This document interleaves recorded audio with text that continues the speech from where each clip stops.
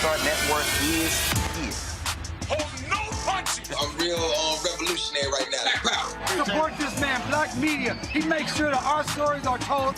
Thank you for being the voice of Black America, Roland. Stay black. I love y'all. All momentum we have now, we have to keep this going. The video looks phenomenal. See, there's a difference between Black Star Network and Black-owned media and something like CNN. You can't be Black-owned media and be scared. It's time to be smart. Bring your eyeballs home. You dig?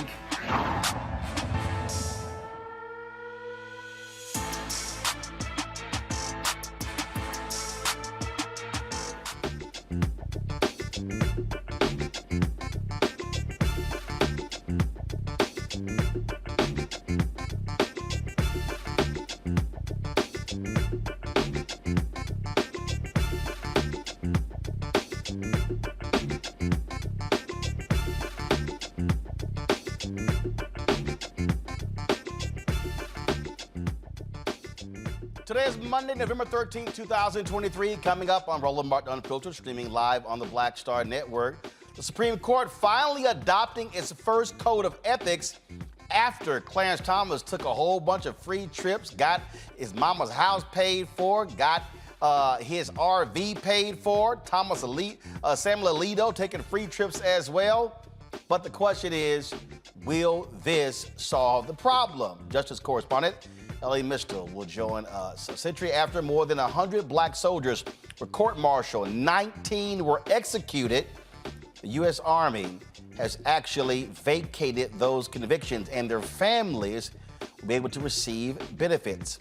We'll show you the ceremony that took place in Houston today. We'll also talk with the director of a movie called The 24th about that black group that went after white folks in Houston in 1917. Also on today's show, Texas A&M football coach Jimbo Fisher getting more money to lead than he was initially paid to come.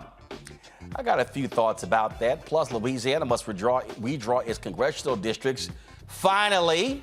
And y'all know he had no shot. Republican Senator Tim Scott drops out of the Republican presidential race.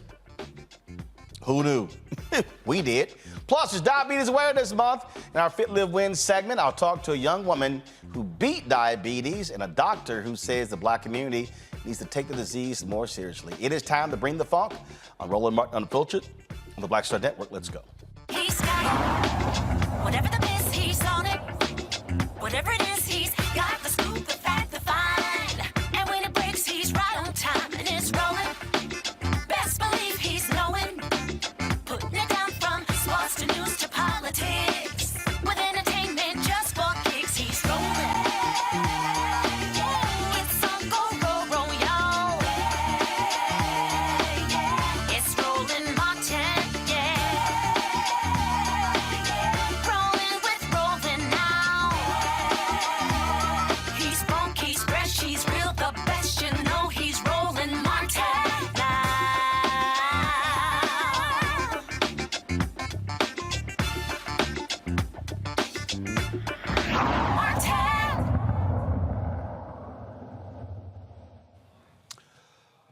Supreme Court is adopting its first code of ethics in the face of sustained criticism over undisclosed trips and gifts from wealthy benefactors, wealthy Republican benefactors, to a couple of justices. The policy issued by the court requires justices to provide more information about potential conflicts of interest. It would allow impartial panels of judges to review justices' decisions not to step down from cases and require public written explanations about their decisions not to recuse. It would also seek to improve transparency around gifts received by justices and set up a process to investigate and enforce violations around required disclosures. The Democratic bill had little prospect of becoming law in the Republican-controlled House, much less the closely divided Senate.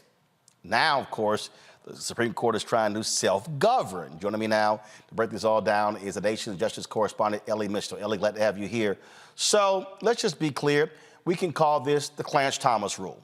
ProPublica has been dropping story after story showing how Clarence Thomas has benefited to the tune, frankly, of millions of dollars, fixing up and paying off his mama's house, forgiving a loan more than nearly $300,000 for his RV, the numerous trips on private aircraft, yachts, and things along those lines.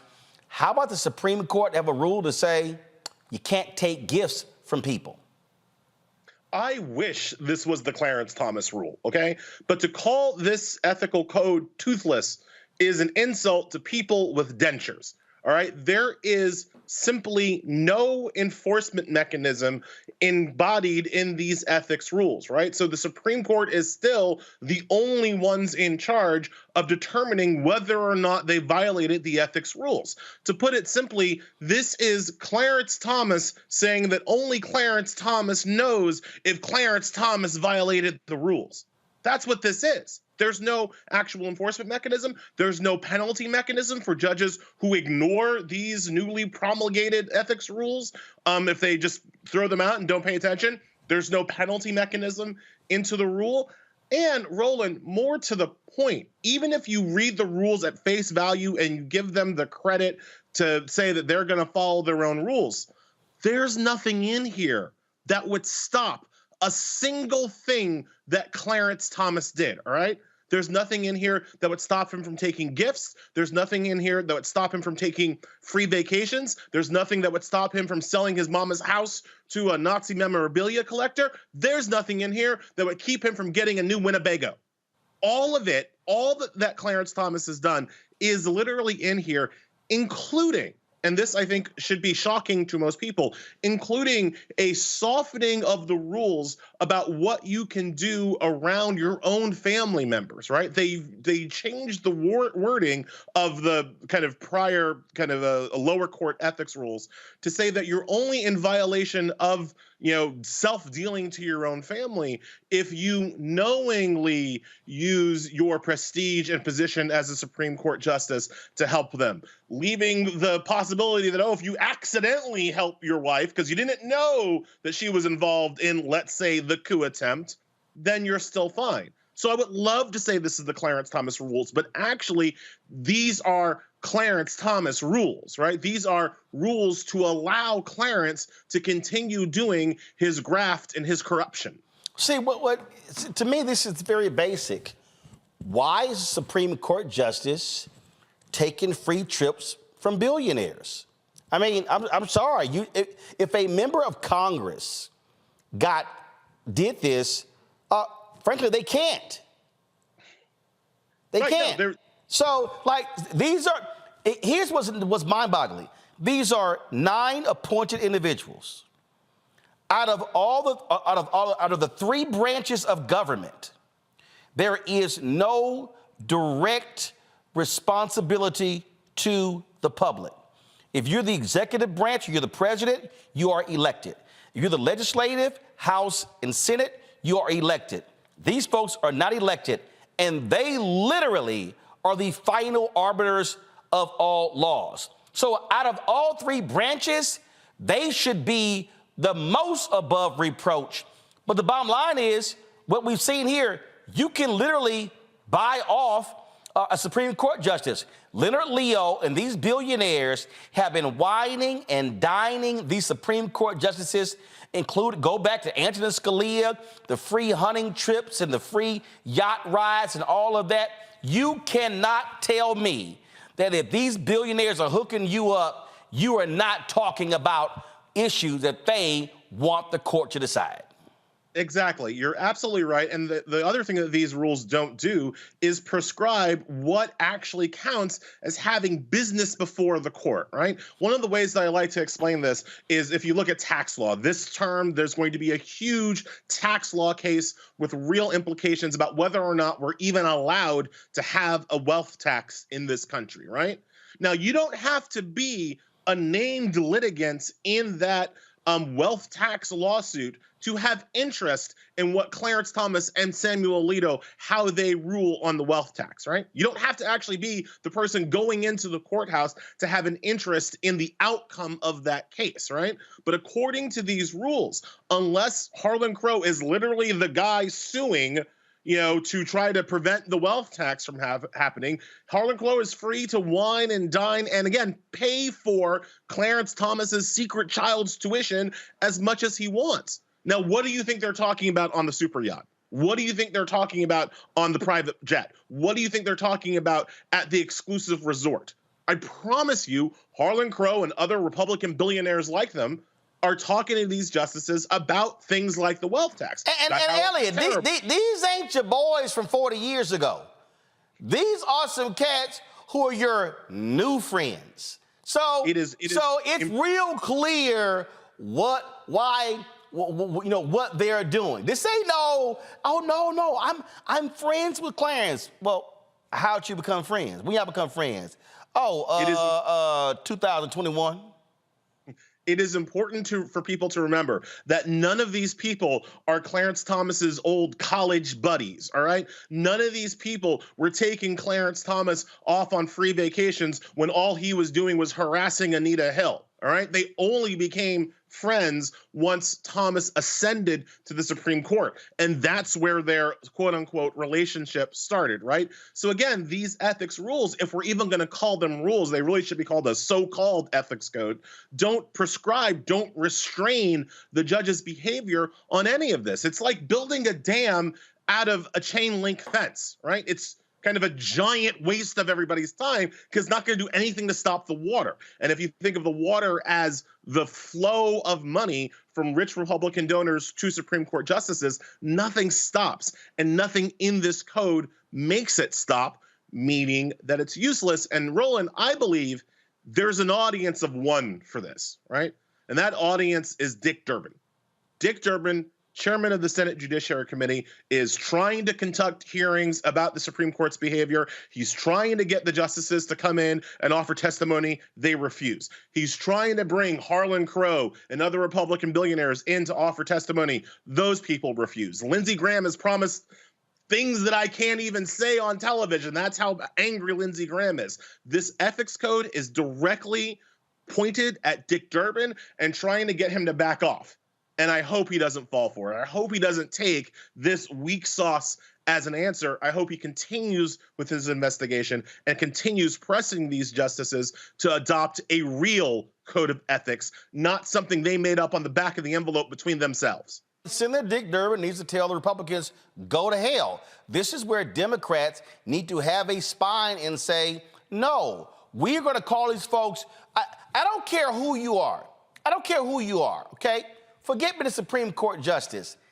Ain't nobody just gonna forgive a $267,000 loan for your RV. I mean, I'm sorry, okay? Ain't nobody just, oh yeah, we'll forgive that. Ain't nobody sitting here fixing up your mama's house just because that's my boy. I mean, none of this passes the smell test. Somebody should try it, right? Just walk up to a rich person. Yo, can you let me hold $267,000? Can you let me just hold that for you, brother? Like, try it. Try it and see what happens. Anybody else would understand that they had to pay that money back. Doesn't happen for Supreme Court justices. So again, I think, why would they bother? Why would they bother with this so-called code of ethics that is so ridiculous on its face, that is so porous on its face, that it doesn't restrain any of their activity? They're doing it to push Dick Durbin off of his investigation and to get Democrats in the Senate to leave them alone. And it's simply a question of whether or not Democrats will take the bait, because Republicans are already all in on corruption, all in on graft, all in on allowing these unelected, lifetime appointed people to do whatever they want on the public's time. President Biden, Vice President Harris, the Senate should say, I'm sorry, this so-called code of ethics is simply unacceptable. It needs to be stronger. Absolutely, Democrats should be far more aggressive because let's be real clear. And again, see, this is the thing that I'm really trying to get all these people to understand. I'm seeing all of these different stories and people talking about, oh, you know, I don't like how the economy is going. I'm blaming Biden. I'm not going to vote, all of this sort of stuff like here. Let me be real clear with all of y'all. Donald Trump appointed 28% of the federal judiciary. He appointed significant numbers of people to the appellate courts. Biden-Harris has appointed upwards of 150 people. 50 of them are black judges. If you are even thinking about sitting the election out or voting for Trump because you're pissed off about one thing you didn't get, let me be very clear. If you believe in civil rights, if you believe in the environment, if you believe in voting rights, if you believe in people getting a fair shake who have been imprisoned and want to hear evidence being heard again, ain't no way in hell should you be sitting on the sidelines and acting like this next election is no big deal. Let me say it right now, and here's the deal. If Donald Trump wins, I will put money on it. Sam Alito and Clarence Thomas are going to retire to guarantee they appoint a younger Supreme Court justice, and that's going to solidify their 6-3 hold on the Supreme Court. For the rest of your natural life and mine and most of the people who are watching this show, right? Like you can't mess around with the Supreme Court because the Supreme Court claims that it has a veto power over everything else the government does. It has a veto power over the president and a veto power over Congress, right? So if you wanted student debt relief and you're wondering why you're not getting it, it's not Joe Biden's fault. He tried. He tried his best. It's the Supreme Court that went into your pocket and took that student debt relief away from you. If you care, like you said, Roland, about the environment and you wonder what's going to happen to the planet, it's the Supreme Court that is stopping any meaningful environmental legislation. If you care about gun rights and gun safety, it is the Supreme Court that is making our streets and movie theaters and school and elementary schools as dangerous as humanly possible. If you care about voting rights, if you want to be able to go vote safely and quickly and have your vote counted, if you want people who have been convicted of crimes to retain their constitutional rights to votes, it's the Supreme Court that's stopping it. And if you want civil rights, if you want LGBTQ rights, if you want women's reproductive rights, if you want any of that, you have to control the Supreme Court, and you can't let Republicans get in and appoint the next generation of Clarence Thomases and Sam Alitos based on what people like Harlan Crow want them, who they want to nominate, right? So it all does, from my perspective, come back to the Supreme Court because it's not just another branch of government. It claims to be the most powerful branch of government because it claims to have the power to veto the other two branches, right? So that's just what we're looking at in reality. And what you're looking at with the so-called ethics code is, again, this idea that these people are so powerful and beyond reproach that nobody can tell them no, that nobody can say, hey, maybe get your hand out of the cookie jar. Hey, maybe you should have to be transparent about your financial deal. Nobody can tell them no. And that's what they said today. Don't worry, we got it. We can police ourselves. Y'all go about your business now. Yeah, not buying it. Elie Mystal, Justice Correspondent for The Nation. We appreciate it. Thanks a lot. Thank you so much for having me, as always. Folks, we'll talk about this in our panel. We come back. We'll also talk about the U.S. Army making an historic decision that impacts the descendants of 100 black soldiers who were court-martialed for a race riot in Houston in 1917. 19 of them actually were executed, and we'll tell you exactly what took place today in Houston. We'll also talk with the director of the movie, The 24th, that is on Prime Video and Tubi, about this decision as well. That and more right here on Roland Martin Unfiltered on the Black Star Network. If you're watching on YouTube, be sure to hit that like button, folks. We want to easily get to 1,000, 2,000 likes. It impacts the YouTube algorithm so more people can actually see our video, which also drives revenue. Speaking of revenue, it's critically important you support us in what we do by joining our Bring the Funk fan club. The goal is to get 20,000 of our fans contributing on average $50 each over the course of a year. That's $4.19 a month, 13 cents today. Why is that important? Because the work that we do, folks, cannot be done without you. We're fighting the good fight, going after these advertisers, going after these ad agencies like OMD, going after Group M, going after Magna, all of these different people, and they do not support black-owned media like they should. Some $322 billion is spent every single year on advertising. Black-owned media gets anywhere from 0.5 to 1% of those dollars. And so when you give, it allows for us to be able to continue to have our Black Star Network app, to be able to be in this office, to buy new equipment, to pay staff, all those different things. And just so you understand, I'm always up front. You know, when it comes to our Black Star Network app with Vimeo, that's $166,000 a year. Our Associated Press subscription, which allows us access to video, live events, and photos and things along those lines, that's $172,000 a year. So those two things alone cost $320,000. That's just straight up real. And so when you support us, those are the kind of things that that's going to allow us to be able to have this show 2 hours a day, the Faraji Muhammad show 2 hours a day, have weekly shows by Deborah Owens and Dee Barnes and Jackie Hood Martin and Greg Carr, Stephanie Humphrey, plus Rolling with Roland. None of these things are possible without your support. So please send your check and money order. P.O. Box 57196, Washington, D.C. 20037-0196. Cash App is $RM Unfiltered. PayPal, R Martin Unfiltered. Venmo is RM Unfiltered. Zelle, Roland at RolandSMartin.com. Roland at RolandMartinUnfiltered.com. We'll be right back. Grow your business or career with Grow with Google's wide range of online courses, digital training, and tools. Gain in-demand job skills with flexible online training programs designed to put you on the fast track to jobs in high-growth fields. No experience is necessary. Learn at your own pace. Complete the online certificate program on your own terms. Stand out to employers, get on a path to in-demand jobs, and connect with top employers who are currently hiring. Take one professional career certificate program or all 6.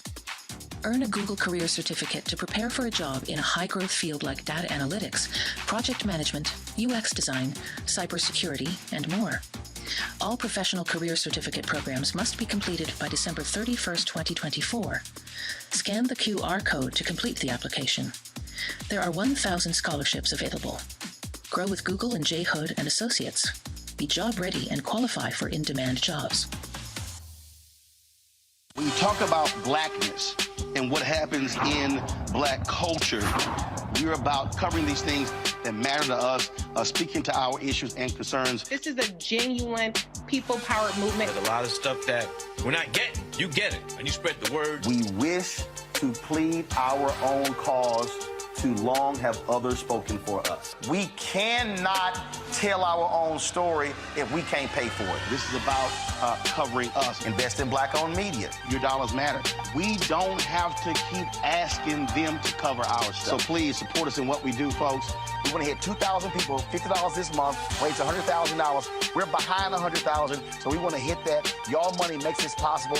Checks and money orders go to P.O. Box 57196, Washington, D.C. 20037-0196. The Cash App is $RM Unfiltered. PayPal is R Martin Unfiltered. Venmo is RM Unfiltered. Zelle is Roland at RolandSMartin.com. Hey, what's up? It's Sammy Roman. Hey, it's John Murray, the executive producer of the new Sherry Shepherd Talk Show. It's me, Sherry Shepherd, and you know what you're watching, Roland Martin Unfiltered.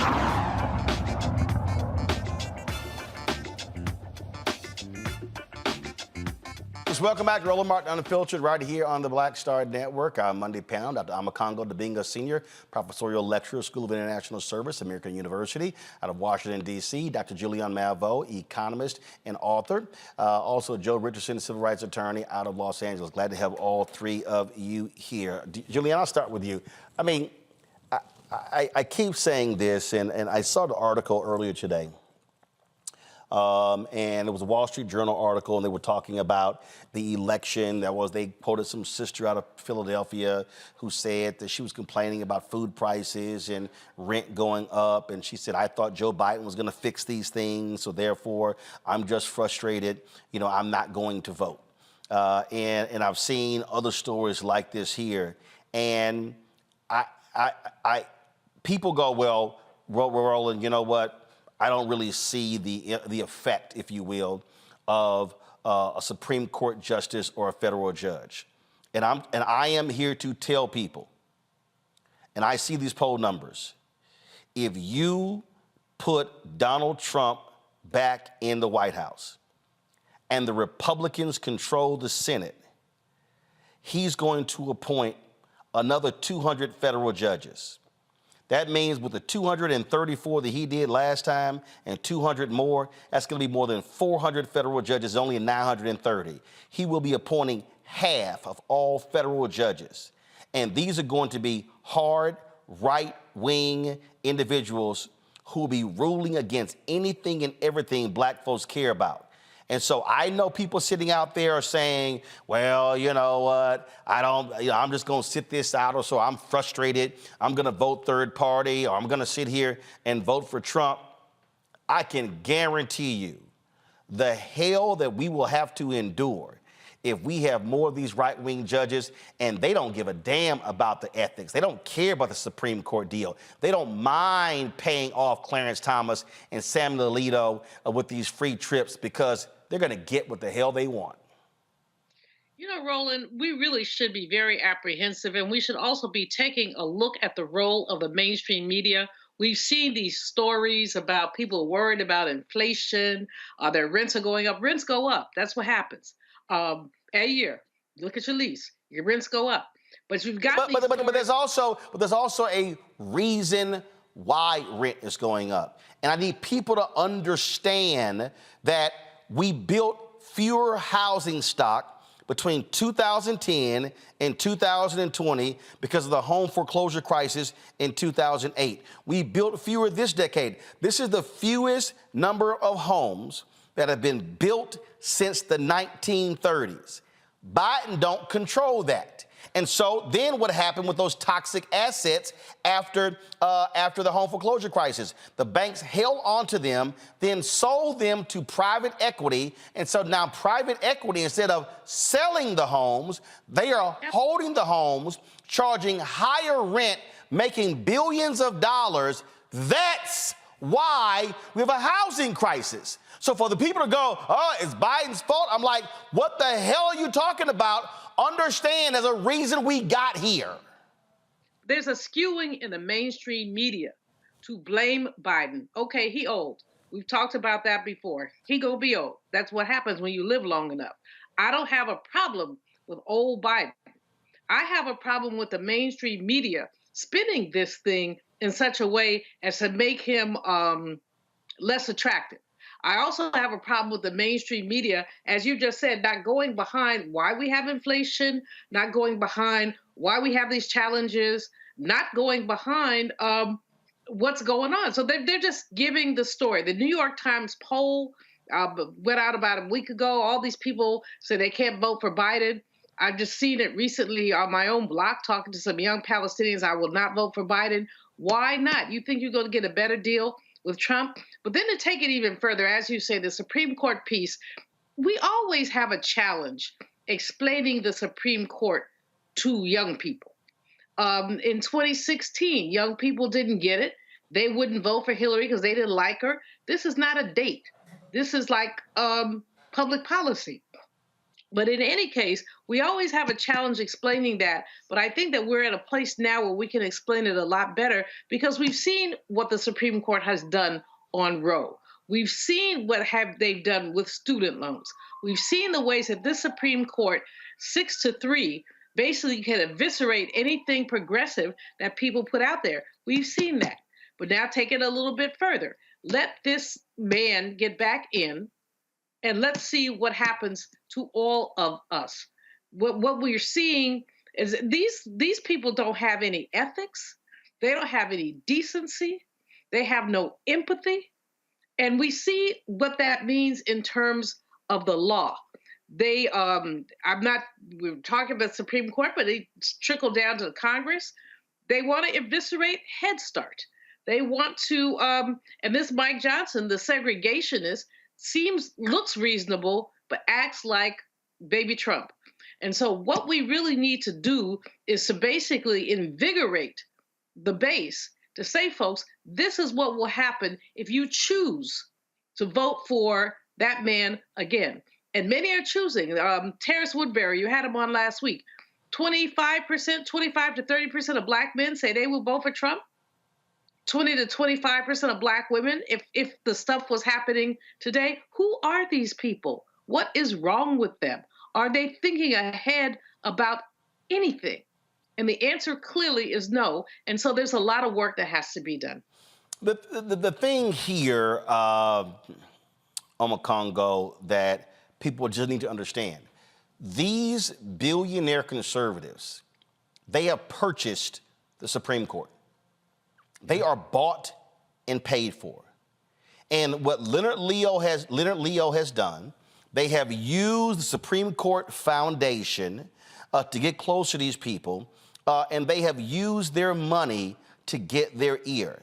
The pieces by ProPublica lays it out. Conservatives hate these pieces on ProPublica, but they know for a fact, they know that Clarence Thomas and Sam Alito and the other conservatives have been bought and paid for, and they are ruling in favor of these rich billionaires and not regular, ordinary Americans. And, you know, it's really tragic. I mean, when you talked to Elie Mystal just now, and we talked about how ridiculous this new ethics code was. The other aspect of the ethics code that's ridiculous is the fact that it's not retroactive. So it can't even go back and look at any of this. And as you said multiple times on this show, the Supreme Court we have now is because of Donald Trump. Donald Trump was able to put them in because of our inability to make sure he didn't win in 2016. And so for people who don't want to connect the court to what's happening now, how you laid it out with the federal judges as well. And look, if you thought that the people that Donald Trump appointed now were problematic, Jonathan Karl, the author of the new book, Tired of Winning, he said recently that Donald Trump and his cronies are actually using AI to generate a software evaluation system that will rule out anybody of being nominated or hired who has the potential of going against him. So he had people like John Kelly and other people, Milley, who kind of helped keep the guardrails on. He's like, I'm not having that this time around. So they're making sure that everybody that they bring in is going to be 100% loyal to him. So that's just not his cabinet. That's also the people he's going to elect as judges. And what you're saying, again, possibility of losing the Senate is larger now with Joe Manchin coming out.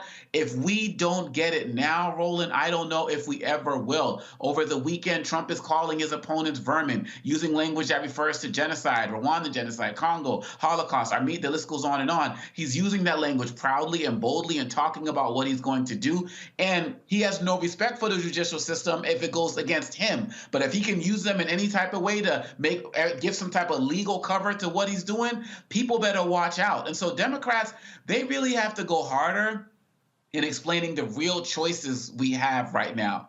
And just look at what has been happening just in the last few years because of this court. Look at what's happening with gun rights. Look what's happening with young women who are sterilizing themselves in the face of what happened with Roe v. Wade. Like, these are real issues that our Democrats and people who are out there fighting against this need to make more profound, need to make more clear. Because if we can get people to see that type of choice, then they could hopefully be able to understand, and it shouldn't have to take this much work, Roland, but it does, that it's literally a matter of life or death, not only of our democracy, but of our communities and our system of well-being, of just living. Absolutely. This is just, again, I cannot overstate why this code of conduct, Joe, is a joke. I cannot overstate to people how huge the Supreme Court and federal judges are. There is nothing that we talk about in this society when it comes to bills, when it comes to laws, that the Supreme Court cannot rule on. City, county, state, or federal. Yeah, that's exactly right. It reminds me of our dear comedian brother Robin Harris all those years ago in one of his stand-ups. He said he was in first class, and somebody asked him, the stewardess asked him, he said, what are you doing in first class? And he said, MF, I'm flying in first class, and I want everything I'm supposed to get in first class.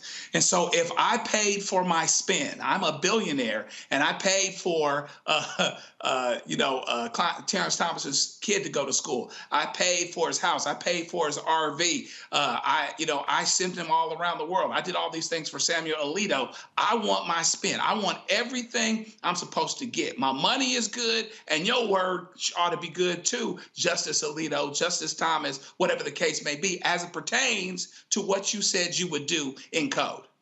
And so therefore, they have a certain expectation. It's like leaving the fox in charge of the henhouse, and he's saying, well, don't worry, I'm not hungry, I won't eat, everything is fine. And so everybody's supposed to just look the other way. So we have to continue to pay attention to this. This is the area where Republicans that aren't so interested anymore in debating on the issues, because they're going to be outnumbered on the issues, and because most bread and butter issues tend to belong with Democrats. This is how they keep control. And of course, as we know, the Supreme Court deals with absolutely everything.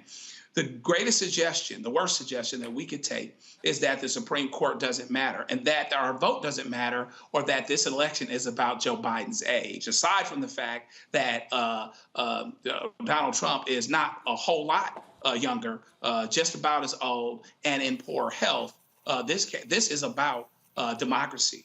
This is about the rule of law, things that he does not believe in, and that he seeks Supreme Court justices and people all the way down the line on every level of the courts that agree with him. Well, this is the equivalent to me of buying a jury to ensure an outcome.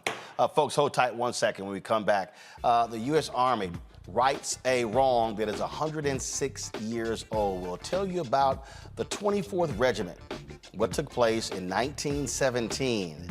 That, folks, is shocking and stunning. And finally, there is some justice. You're watching Roland Martin Unfiltered right here on the Black Star Network.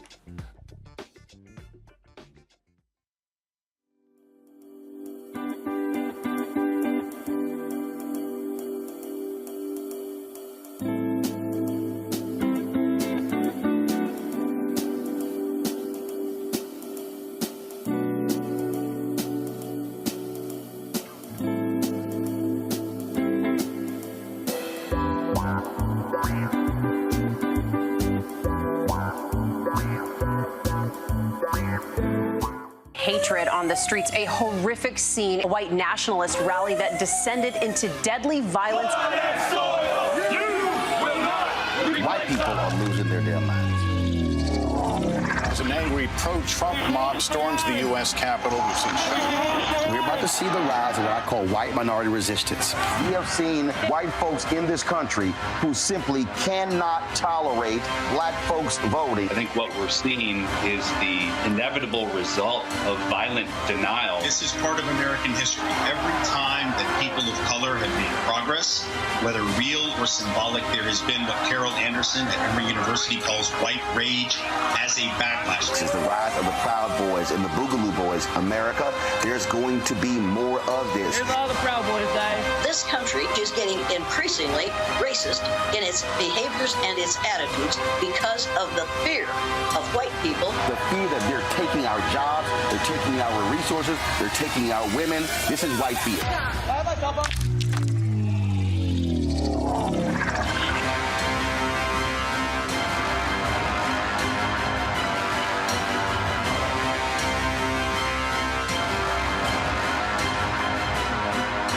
What's up, Geek Tony in the place to be. Got Kicked Out Your Mama's University, creator and executive producer of Fat Tuesdays, a air hip-hop comedy. But right now, I'm rolling with Roland Martin, unfiltered, uncut, unplugged, and undamn believable. You hear me?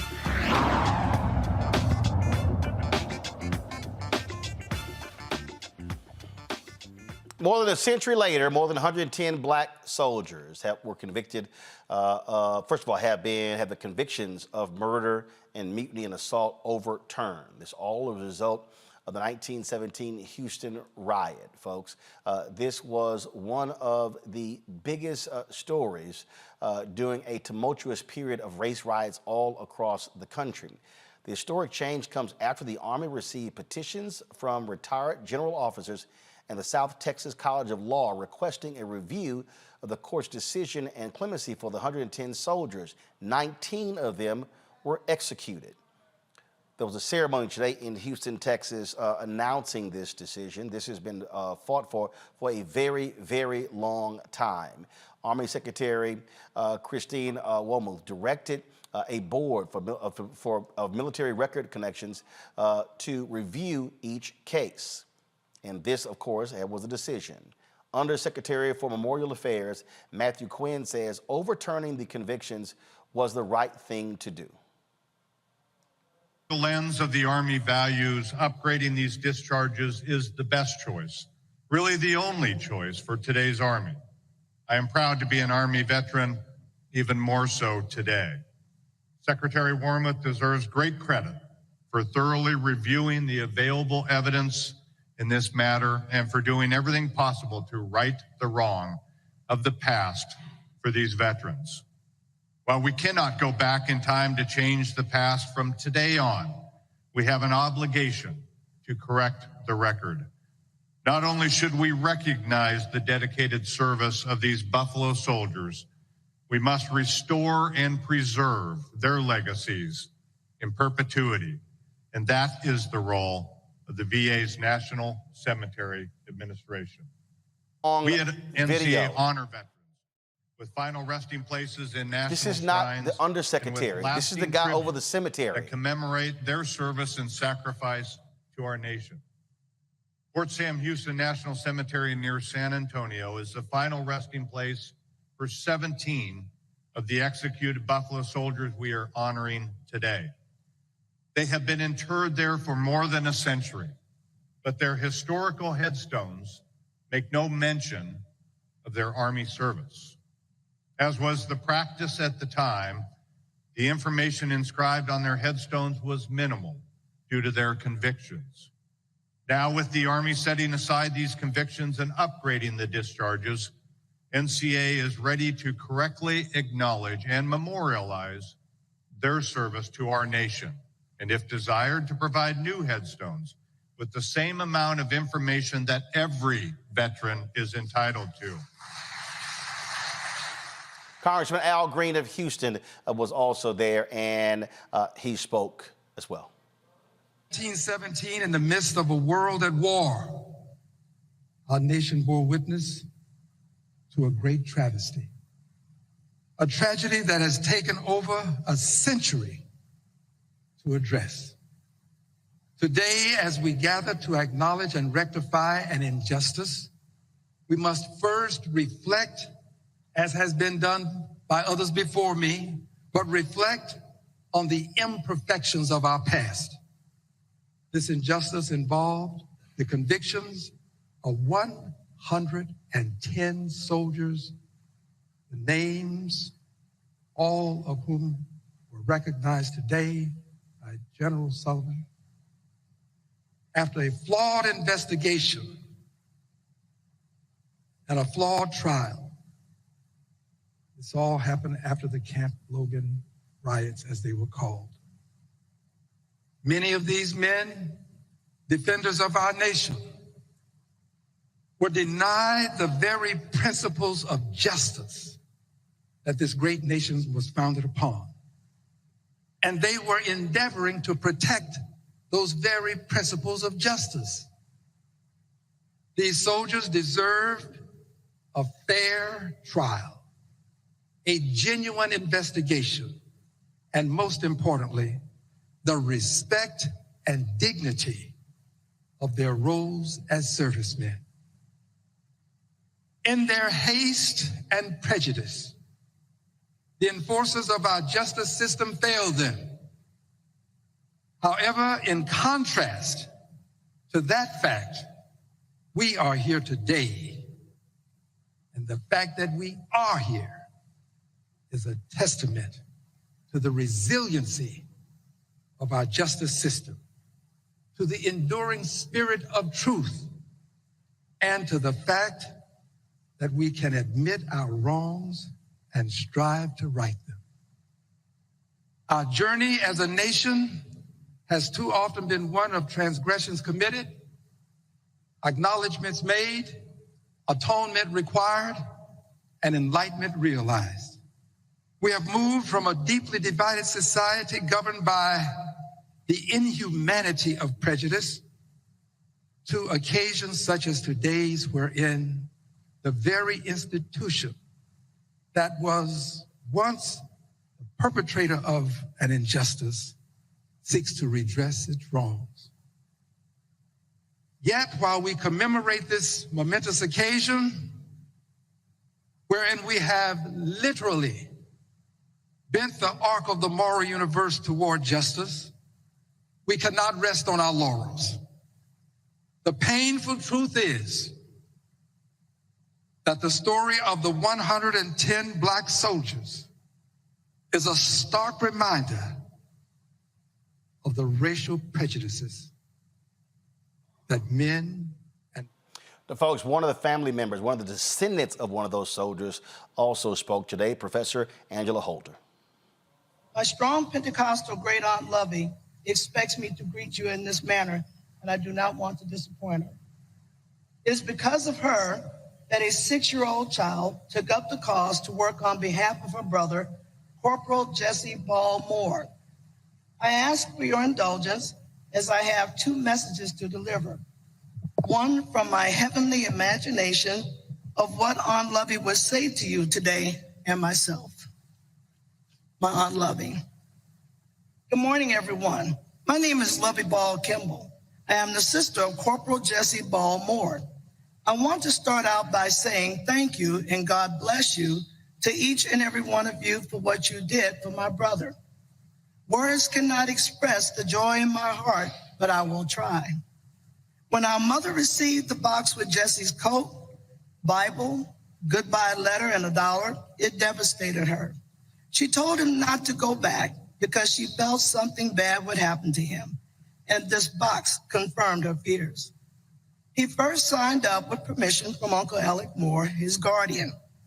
He worked for a bit after his first service ended, and times being what they were, he wanted to go back to the Army.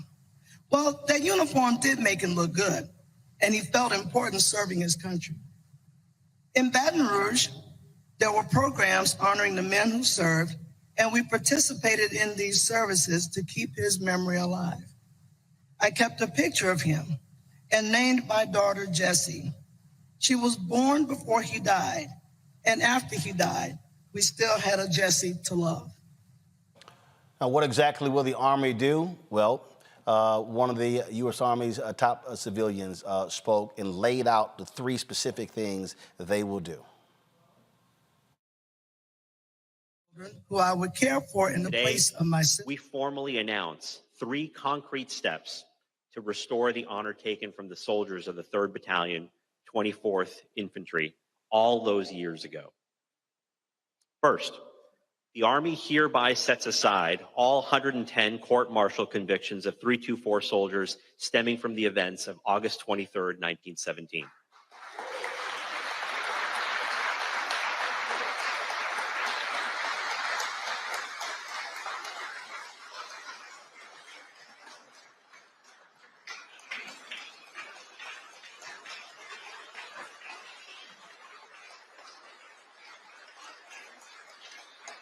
Thank you.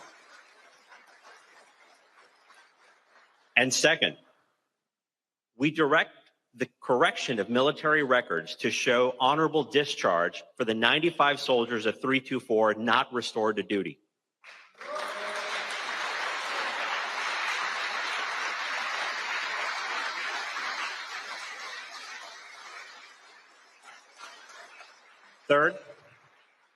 Third and finally, in partnership with the VA, we've established a mechanism to deliver survivor benefits to families long denied the financial resources owed to them.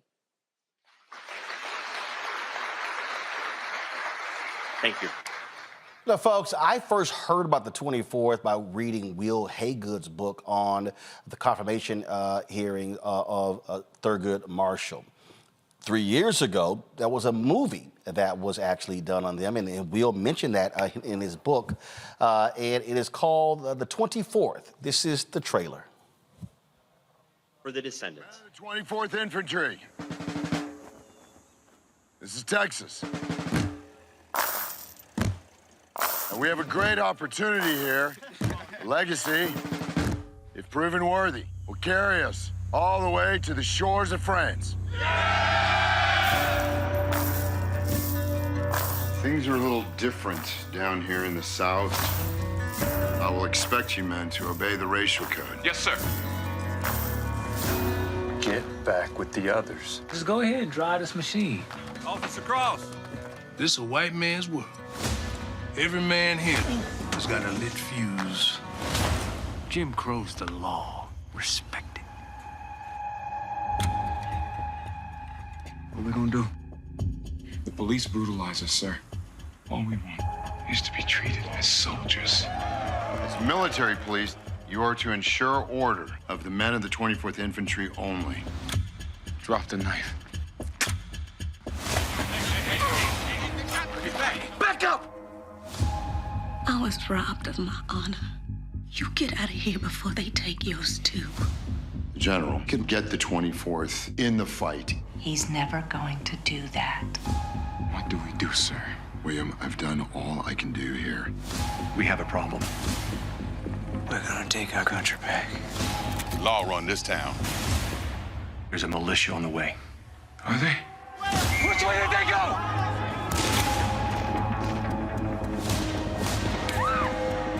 Keep pushing people down. Sooner or later, they rise up. Fire! Can you identify any of the leaders of the mutiny?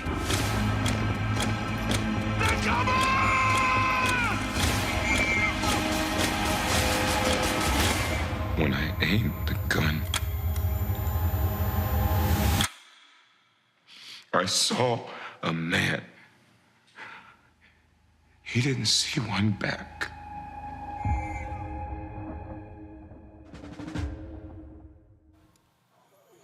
A lot of you may not even know that movie came out. It came out during COVID. I didn't know. But joining me right now is the director, Kevin Willmott, of the 24th. Kevin, glad to have you here. Praise the Lord for Instagram. I was talking to Michael T. Williamson, and he was telling me about it. And so then I go to Instagram, and I'm trying to find you. And I sent you a DM, and I didn't hear back. But then I saw a photo of you and Spike Lee on your Instagram page. So I hit Spike. Spike sent me your number, and boom, you are here. So I am so glad to have you. I'm a native of Houston and had no idea about this story. Yeah, that's the American problem, right? I mean, that's kind of what we do. You know, we hide the real history from the public. You know, I've heard a lot of people talk about how Texas teaches Texas history, but this part of Texas history has never been taught. In fact, it is a state requirement in the 7th grade that you take Texas history. And Kevin, the book is literally this thick. Wow. That's how thick the book. I mean, it is a massive book, and so you're absolutely right. And this was not in that thick ass book.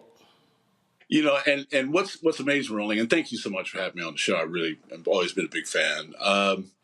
The thing about this riot, as they called it, this ended up being the largest murder trial in American history. I mean, wow. That's how I learned about it. It was a history book I was reading 20 years ago, and there's only one photograph of the trial. And 64 Buffalo soldiers on trial at one time, and the inscribed caption was the largest murder trial in American history. And I'm a history geek. I had never heard anything about it. And that's what, started me on my quest to really make this movie. It took me 20 years, but we finally got there. And then, of course, COVID kind of hides the movie from people a bit, but at least it's out there. Yeah, so what happened was, and you're right, this is the photo right here. This is from the archives at Prairie View A&M University. This is the photo right here of them being on trial. And Kevin, it was interesting because, so the Wall Street Journal had an article yesterday talking about this decision and that there was going to be this ceremony in Houston. I saw that, and here's what's crazy. I rarely read the Wall Street Journal on weekends. I've got subscriptions to the New York Times, Washington Post, and I just, what the hell, all right, let me take a look at it. And then I see this story. I immediately email someone at the Pentagon. I'm like, hey, get me somebody from the Army. Also, this is going to be live streamed. So they sent me the link. And then that's when I started, going down that path. And then all of a sudden, and then I saw the movie. So then I'm looking on where can I find it. I saw it was on Tubi and Prime Video. Went to Prime Video, watched the whole movie last night. Absolutely amazing.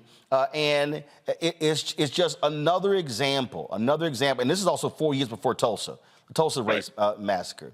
Right. And the thing is, when we look at this, 19 brothers executed, placed in unmarked graves, but their names were placed on paper inside of glass bottles in the caskets. And when you read this account of how the Army did no real investigation, and it was pretty much, they black, they're guilty. Yeah, I mean, there was kind of one book that I was able to find on it, and there's 20 years ago there was not much of anything, and then I actually read a lot of the newspaper accounts from the time from Houston at that time, from the Houston, I think it's called Houston Post, and they were you could just read the bias between the lines. Yep. They did not receive anything close to a fair trial. But more than anything, what we try to show in the movie, as you know, is they were brutalized. I mean, they sent 700 soldiers, black soldiers, to Houston in 1917. These guys had been, some of them had fought in the Philippine insurrection campaign. Some of them had fought with Teddy Roosevelt on San Juan Hill. So these guys a lot of them were used to being treated with some degree of dignity. And had been treated really kind of as, like soldiers are supposed to be treated. And so, they show up in Houston and Houston just is paranoid of them in totally. And in Houston, the Houston police, there's that little song, The Midnight Special. And in that song, they talk about Houston and they talk about the police in Houston specifically. And that's an old blues song from Leadbelly back in the days, and the Houston police had a notorious, record of brutalizing everybody, but specifically black people and Mexicans, and so when these 700 black soldiers show up, they just unleashed holy hell on them. Well, all across the country, white folks could not stand black men with guns in their hands, even though they had that uniform on. We can, and it was crazy. I mean, so my dad has texted me. He said he'd been long knew about Camp Logan. And here's what's crazy. What is now Memorial Park in Houston is where Camp Logan was. And again, I'm like you. I love history. No idea that's why it was called Memorial Park. They play the PGA golf tour there. I played there numerous times. Not one time. Matter of fact, when I go, I'm gonna hit the mayor to find out. I mean, is there a marker? Is there anything there that explains that? I've been to Memorial Park numerous times and never knew that was the site of Camp Logan. I don't think there's anything. There might be some small thing, but I don't think anything of significance is there, from what I understand. No, it's been a hidden piece of American history for far too long. This is an amazing day. I mean, I have to be honest with you. I never thought they would do it. I mean, one of the things that you often would hear about this case is that this is the first time of all the civil unrest cases in American history this is the first time more whites died than blacks, and the only time. And wow. And it was because these men, these were trained soldiers, and these guys had been brutalized and brutalized and brutalized. They finally snapped. They couldn't take anymore. 150 black soldiers march on Houston, Texas, in full combat gear, and they specifically went after the police. But you got to remember, this is before Gandhi. This is before the civil rights movement. This is before anything could have taught them how to respond in any other way. I mean, these are soldiers, and they're used to fighting, and they had fought overseas for people's rights, but could not fight at home for their own rights. And one of the things they kept saying was that they desperately wanted to fight in World War I in France, but they were never sent. See, and that's what people don't understand. I mean, we just had Veterans Day on Sunday, and the reality is these were black men who could not have rights in this country, but were willing to fight for this country in order to preserve the rights that they could not access. The idea was always that if we fight overseas and show our loyalty and show our patriotism, maybe they'll give us our rights back. Well, the black newspapers led, it's called the Double V campaign, victory at home and victory abroad, the Pittsburgh Courier, Chicago Defender, all of them. And also, if people read Ethan McKelly's book on the Chicago Defender, this country could not stand that black newspapers like the Chicago Defender were writing about racism experienced by the soldiers, and they threatened the black newspapers with treason, to try them for treason. They said because they were stirring up dissension among the troops, and they were actually writing about the racism that black troops were facing in the military. I mean, it's so unbelievable that this is our life and our history, but it is, and it's so important that we tell these stories. I mean, one of the things I think that we see now is that they're trying to make these stories go away. And they're trying to erase these things from history. And as we know about the Holocaust and all the other horrible things in life, it's important to remember the Holocaust that happened here as well. And it's important. And just as there's Tulsa and Houston, there were, as you know, Roland, there's countless numbers of these incidents all over the country. And it's very hard to get a movie made about them.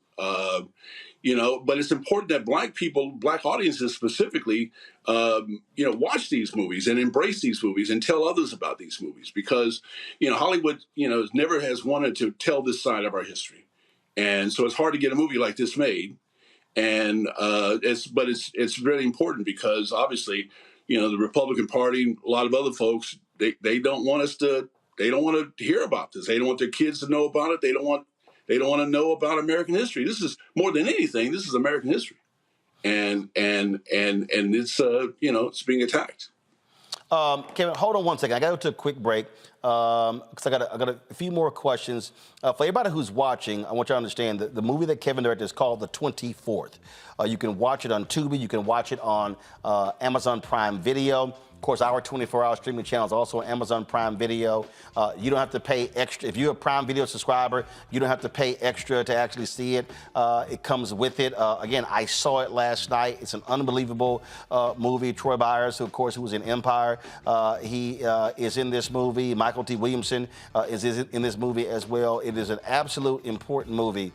And this moment in history is, again, it is absolutely stunning that they're vacating this. And for a lot of people, I see y'all comments, well, what do they get? The descendants of these soldiers can qualify for Veteran Affairs benefits. And so that is there. And so, yes, it's 106 years too late, but history still needs to be repaired and fixed. I'll be right back in a moment on Roland Martin Unfiltered on the Black Star Network. I'm Dee Barnes, and next on The Frequency, we have griot, performance artist, and author writer, singer, and composer, Queen Mother Nana Camille Yarborough. Please join us for an incredible conversation with knowledge, wisdom, and power of the elders. I'm a perception changer. You're a rearranger. You're a mind evolver and a problem solver. You're a beast eater, a soul excreter, a void filler, and a bile spiller. You are a thought former, a plan former, a power orchestrator, and a tongue translator. Right here on the frequency on the Black Star Network. On the next Get Wealthy with me, Deborah Owens, America's Wealth Coach, inflation is on the rise. Interest rates are high. Can you still thrive during these uncertain times? On the next Get Wealthy, you're gonna meet a woman who's done just that, living proof of what you need to do to flourish during these uncertain times. These are times where you take advantage of what's going on. This is how people get rich or richer. That's right here on Get Wealthy, only on Black Star Network.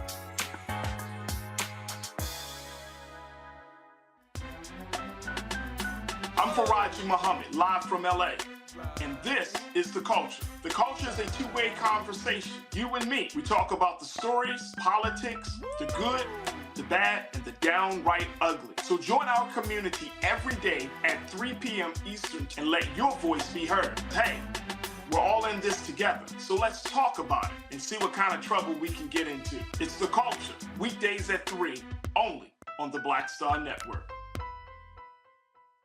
Hey, what's up, y'all? I'm Devon Frank. I'm Dr. Robin B., pharmacist and fitness coach, and you're watching Roland Martin Unfiltered.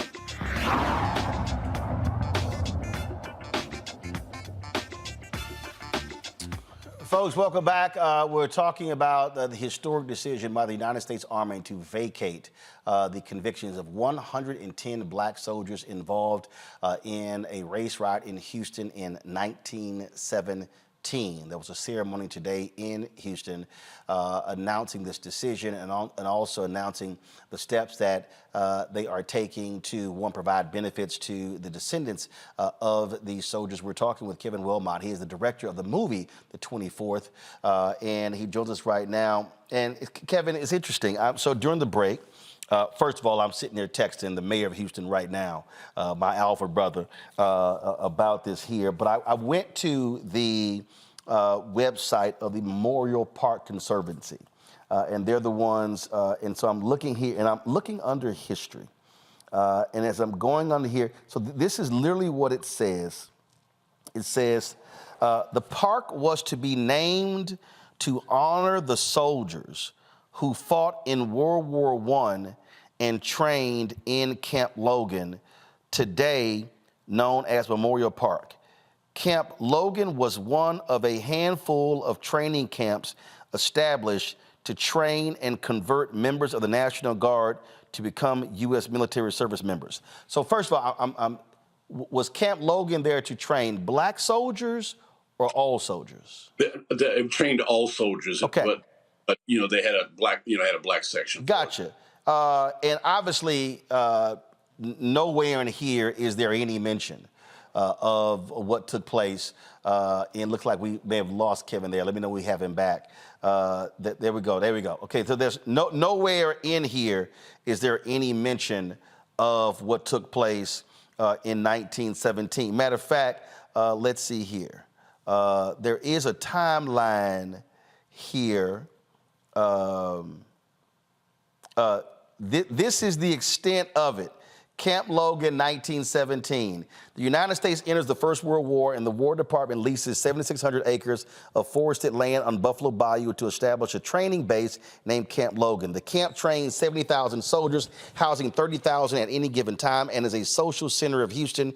Nearly 1,000 Camp Logan soldiers lose their lives during the war, and over 6,200 are wounded. There are stories of heroism and bravery associated with Camp Logan. Among them, the 370th Regiment, after training at Camp Logan, go on to serve with the French military and become the most decorated in all of World War I. There are also stories of tragedy associated with the camp, including the Houston Mutiny and Riot, which took place on the night of August 23rd, 1917. Kevin, that's it. That's all you get. That's all you get, right? That's it. Like, Black ain't mentioned, but you also know this called the Houston Mutiny and Riot. Not race riot, but just go ahead. Yeah, well, that's the deal. And you know, that's what makes this day so great, because, you know, as someone who's, you know, been trying to tell the story for a very long time, and having to read that kind of stuff for years and years and years, and the fact that they've done such a great job in erasing this from our history books and our memory, our national memory. You know, it's just a really profound thing that these men are finally being honored, and you got to remember these Buffalo Soldiers, the 24th specifically. You know, they fought in you know, the Spanish American War. They went up San Juan Hill with Teddy Roosevelt. They fought in the Philippine Insurrection, and most people don't know anything about the Philippine Insurrection. This happened right after San Juan Hill and the fight with Cuba, but that's really the first Vietnam. That's really the first Vietnam, and these guys are fighting. They sent some of these guys in China. They had fought Pancho Villa in New Mexico. They had been all over the place, and these men had really kind of, you know, gained a certain dignity and respect that most black men in America had not achieved because of the horrors of segregation, Jim Crow. So these guys they were real American citizens, and they saw themselves as equal citizens, and that's why I believe that's why they rebelled. And they were. I mean, and look, these are black men wearing these uniforms. And speaking of that, I was very curious, because when I'm watching the movie, I'm always interested in terms of, you know, what actually happened. So the end of, in the movie, the end of the trial, and my panel, get ready, I'm going to get y'all for questions. The end of the movie, the end of the trial, I'm sorry, when they were saying, I am a man, was that written into was that actually testimony from the trial? I added that. Trey Byers and myself, we wrote the script together. We added that, but we felt that that's what was going on inside of them. Oh yeah, yeah. I mean, only reason I asked the question is because obviously the "I am a man" signs were so visible by the sanitation workers in Memphis in 1968, and I was curious if they were actually saying that as early as 1917. But you're absolutely right that was the through line through so many of these instances where black men were saying, "Yeah, I'm a man. Treat me like a man." Yes, and they really, they really, had to. They really tried their best to hold it together. I mean, they really, really, really tried their best to hold it together. But there were two racist, horribly, horribly racist cops specifically that targeted them and just made their life holy hell. And so you got to remember, these guys are seeing guys in their company. Coming home, they'd go out to Houston to get a drink or go see a friend or whatever, and they'd come home to the camp bloody, where they'd been beaten up by the police. And this was day after day after day after day. And eventually, as we show in the movie, they went after who was Corporal Baltimore. We call him Boston in the film. Trey Byers plays in the movie. They went after Baltimore, who was one of the real leaders of the company, and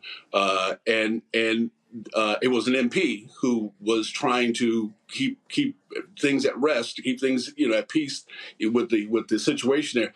Black MPs were not allowed to carry firearms, so when the police went after him, they tried to kill him.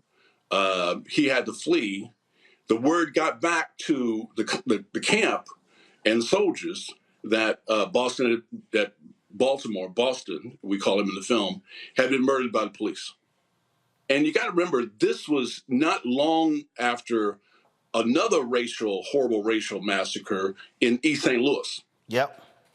And so the whole idea of a white mob coming and murdering you was not conjecture. I mean, this was in everybody's mind, everybody's conscious, everybody's, just ready to have something like that happen to them.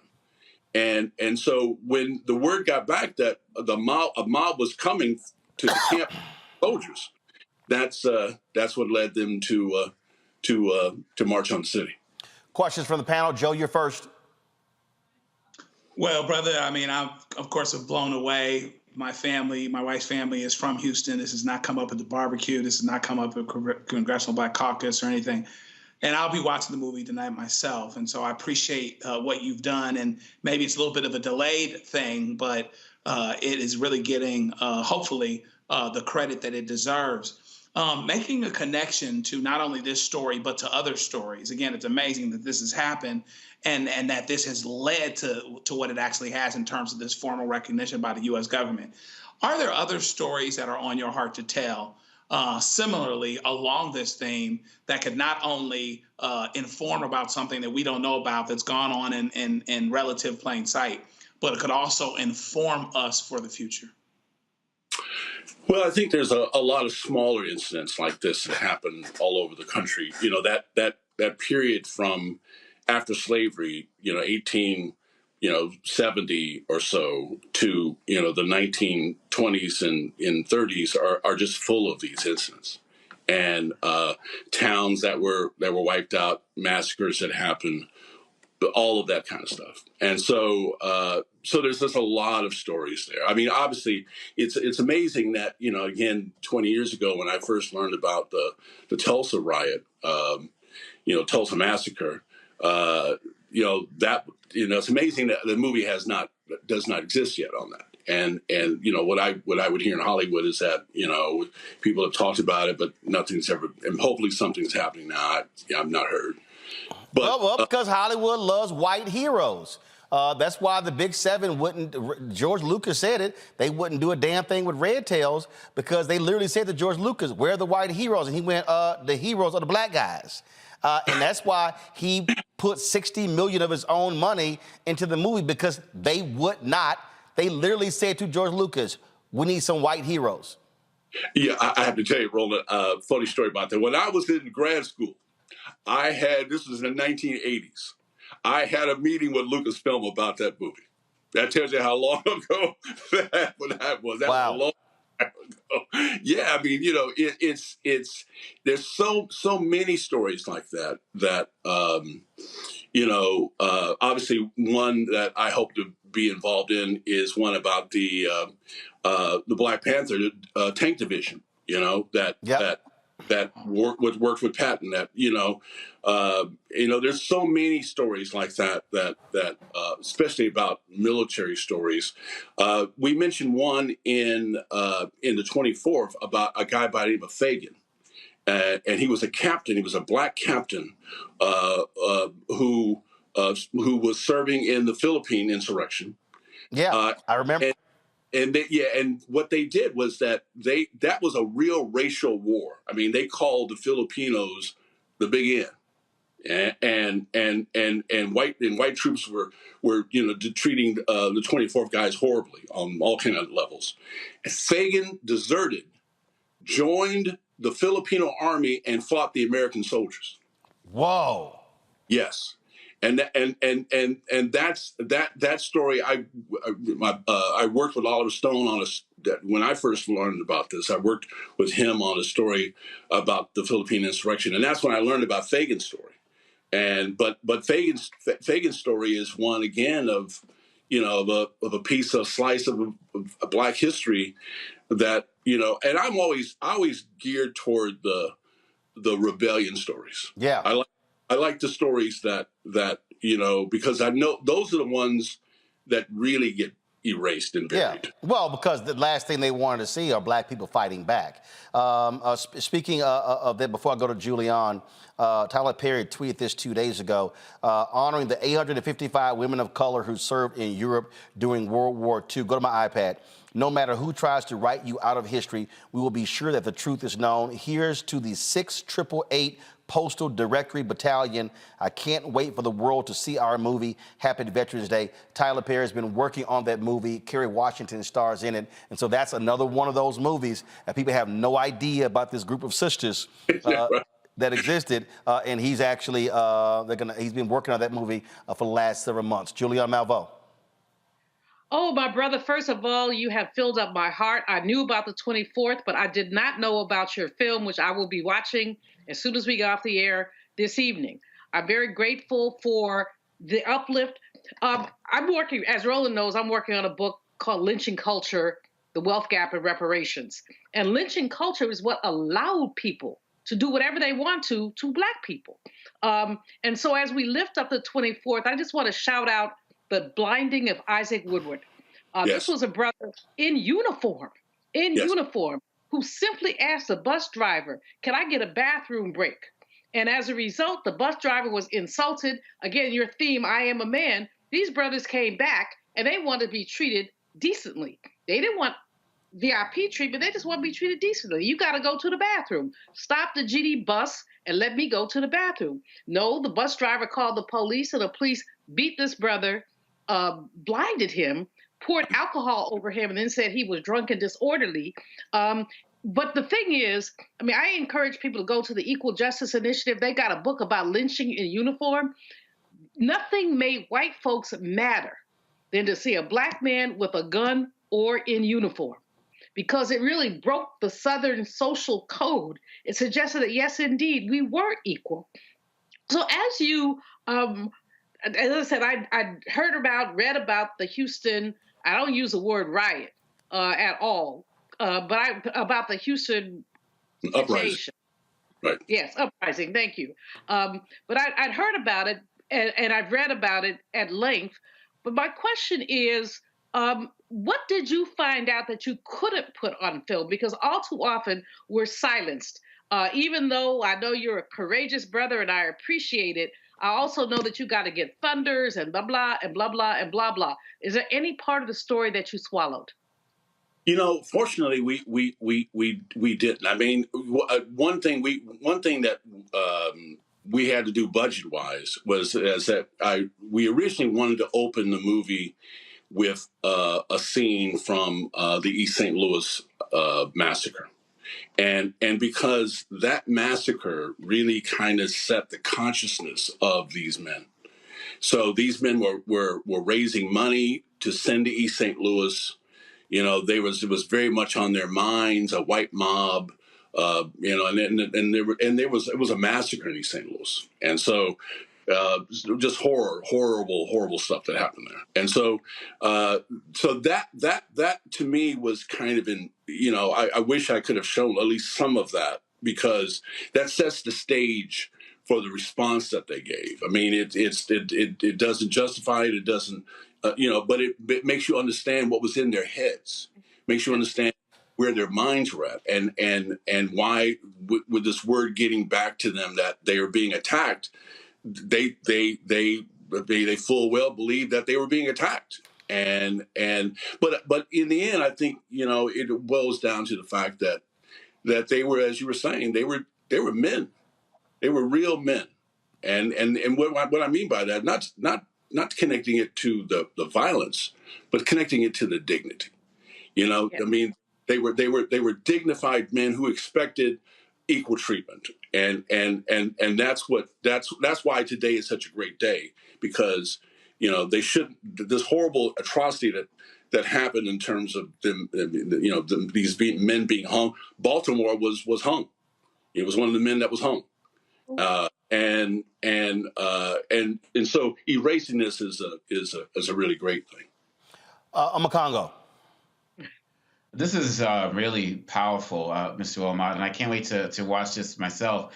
I graduated from college in the late 90s, and even up until that point, a lot of Black people will see a career in the military as a viable career, as a possible great career. Now I speak to young people across the country, and in these high schools and colleges I go to, many of the Black youth that I'm talking to have no interest in the military. How can movies like this help kind of reignite that aspect of young Black people looking at the military as a possible career, as a possible, different way to serve the country as well, in a time where people are trying to erase these stories or not even allow them to come to the forefront? That's a huge problem, isn't it? You're right. I mean, I think the more you tell these stories, the more you can have, what I would call real patriotism. And real patriotism is when you get to have the full story, the full history. I mean, Black people have always believed in America in spite of the fact that it always had one foot on our neck. And so, that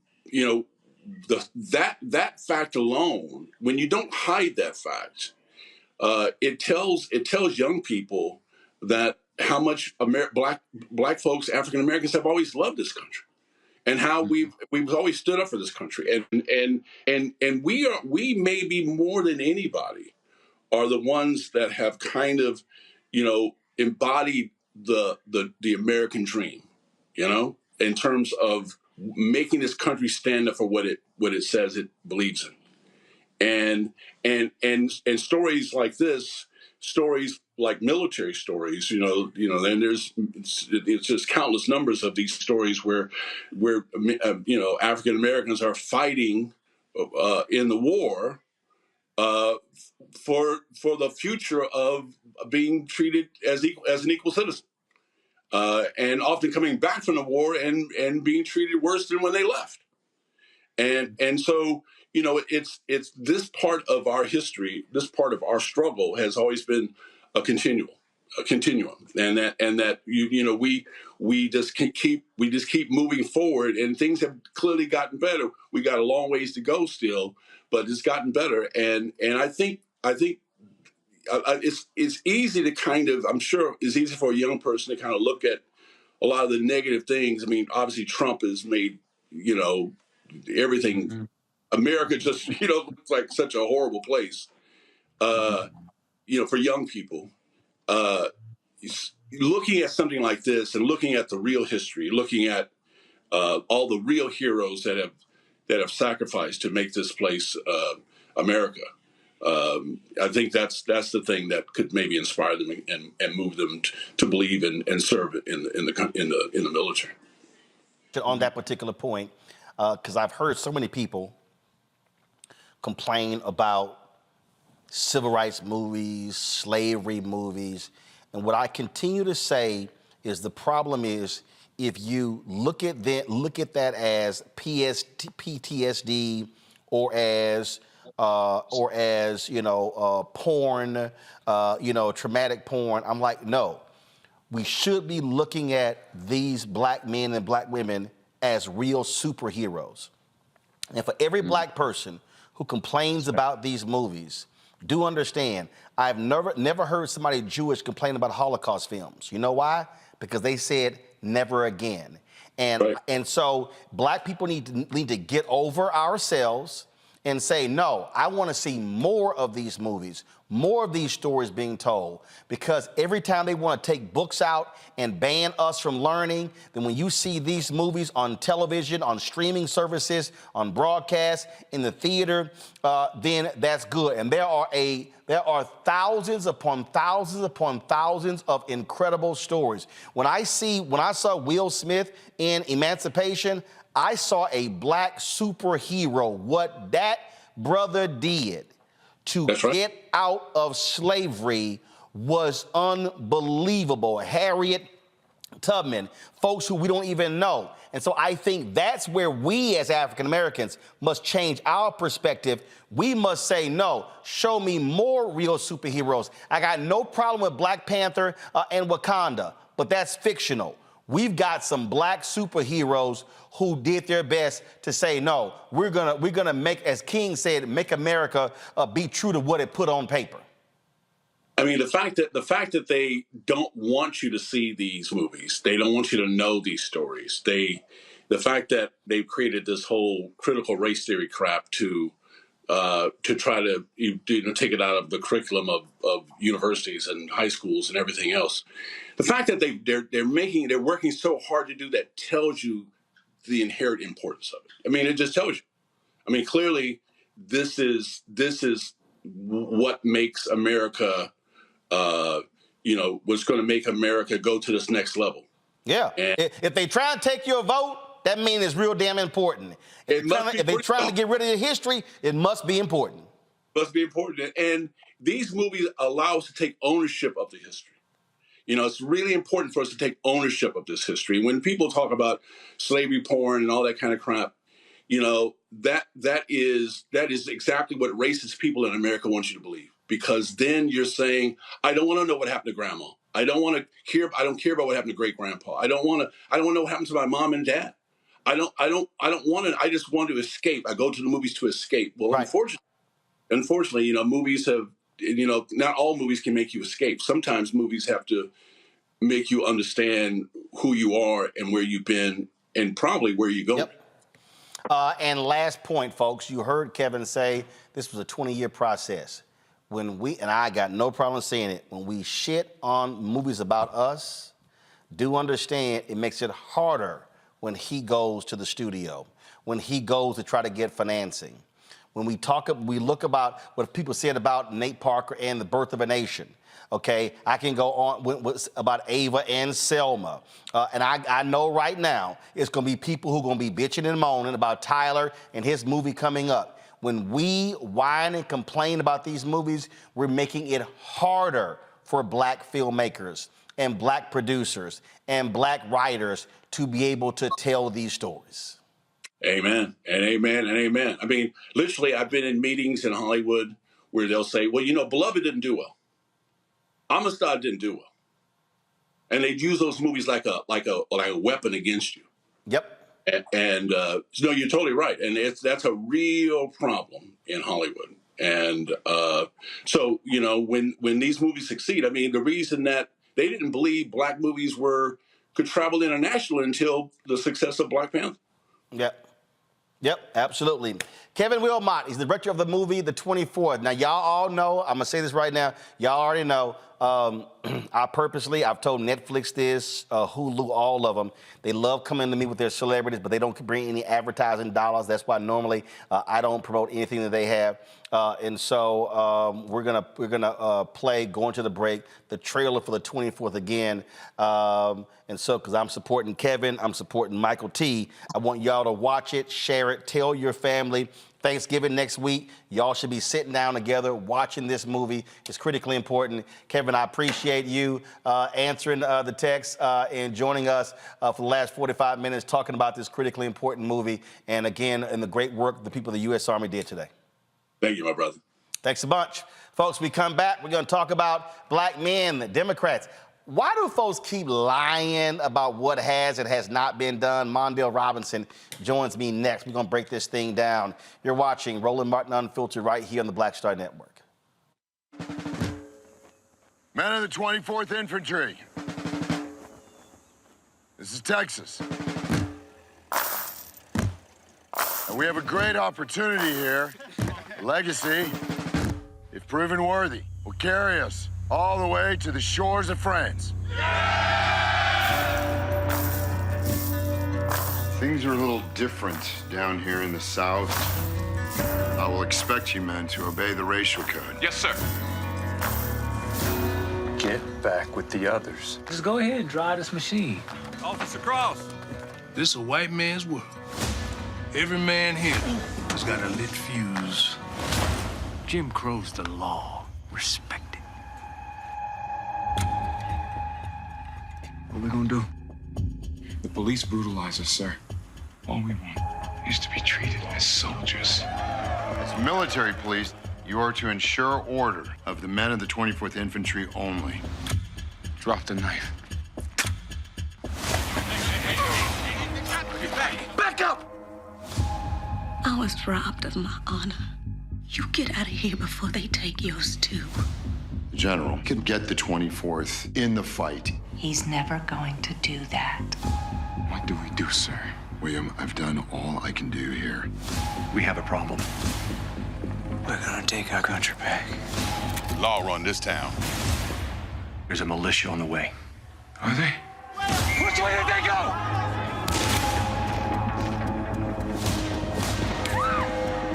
Keep pushing people down. Sooner or later, they rise up. Can you identify any of the leaders of the mutiny?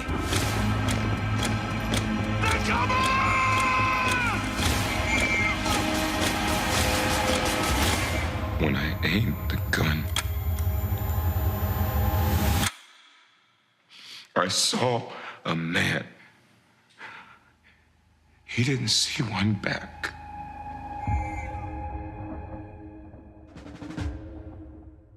Hello, we're the Critter Fixers. I'm Dr. Bernard Hodges. And I'm Dr. Terrence Ferguson. And you're tuned in to Roland Martin Unfiltered.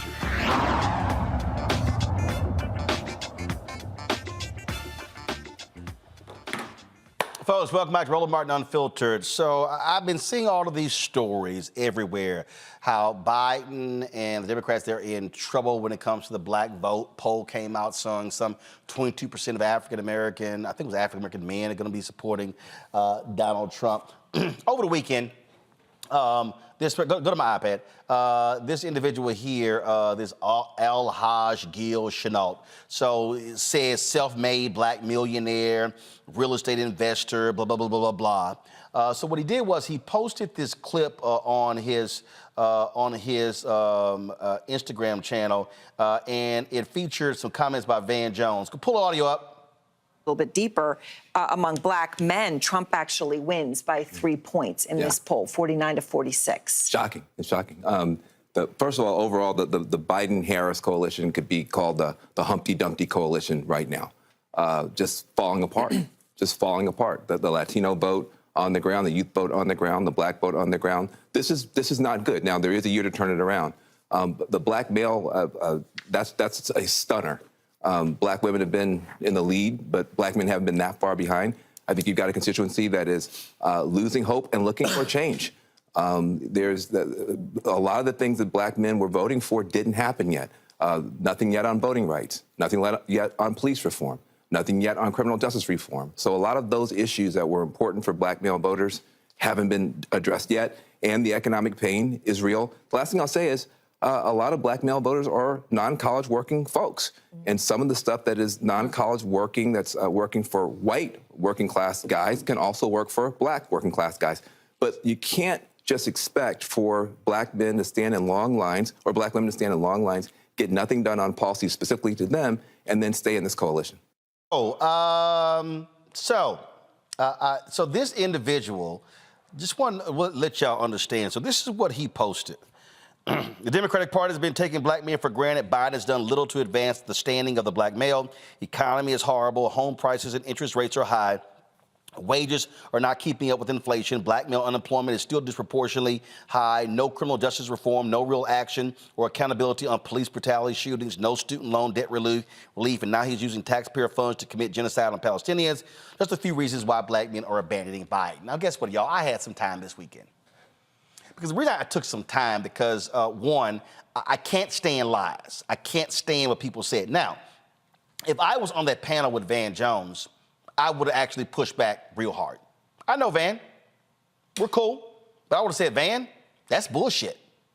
Because see, when you say nothing has been done, well, that gives the impression that nothing has been done. So first and foremost, and this person on this page, I literally laid this person out by saying, how can you say nothing has been done on student loan debt relief when 3.9 million Americans have had $127 billion forgiven on student loan debt relief, and Republicans are against all of it? Now, it totals $1.6 trillion. Biden tried to forgive all of it. How was he stopped? The Supreme Court. So to say he made no effort is a fundamental lie. Now, when somebody says, well, nothing was done, on criminal justice reform, the George Floyd Justice Act was passed by Democrats in the House. It was stopped by Senator Tim Scott and Lindsey Graham in the Senate because they could not get 8 more Republicans to vote with them. Biden and Harris and the Democrats brought 2 of the 3 largest police unions to the table to support it.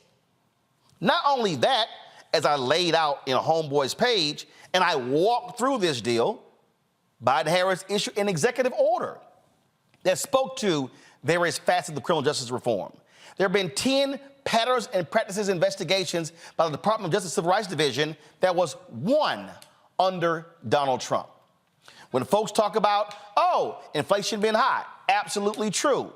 Also, have to remind people, we were literally still coming out of COVID. You're coming out of that. Corporate greed was driving that. I said earlier, what's happening with housing? Housing stock, fewer homes built for the last 13 years. That's driving rent. But then the person talking about, oh, the economy. I said January 20th, 2021, stock market was 30,930.52. Friday, it was 34,283. The brother said, oh, black male unemployment disproportionately has been affected. First of all, that's been every president since they started taking the numbers. Every president, black unemployment has been higher than white unemployment. Oh, but guess what? In April of 2023, black male unemployment was 4.5%, the lowest ever.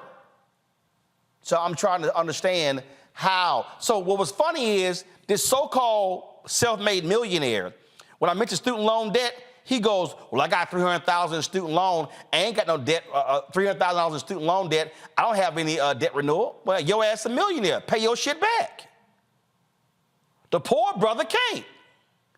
See, I want y'all to understand when y'all are listening to people on television, on social media, say stuff that's not rooted in fact, folk with the knowledge got to push back. Now, I'll be very honest. The Biden-Harris campaign team administration has been horrible in saying what they've accomplished. But here's what I'm not going to do.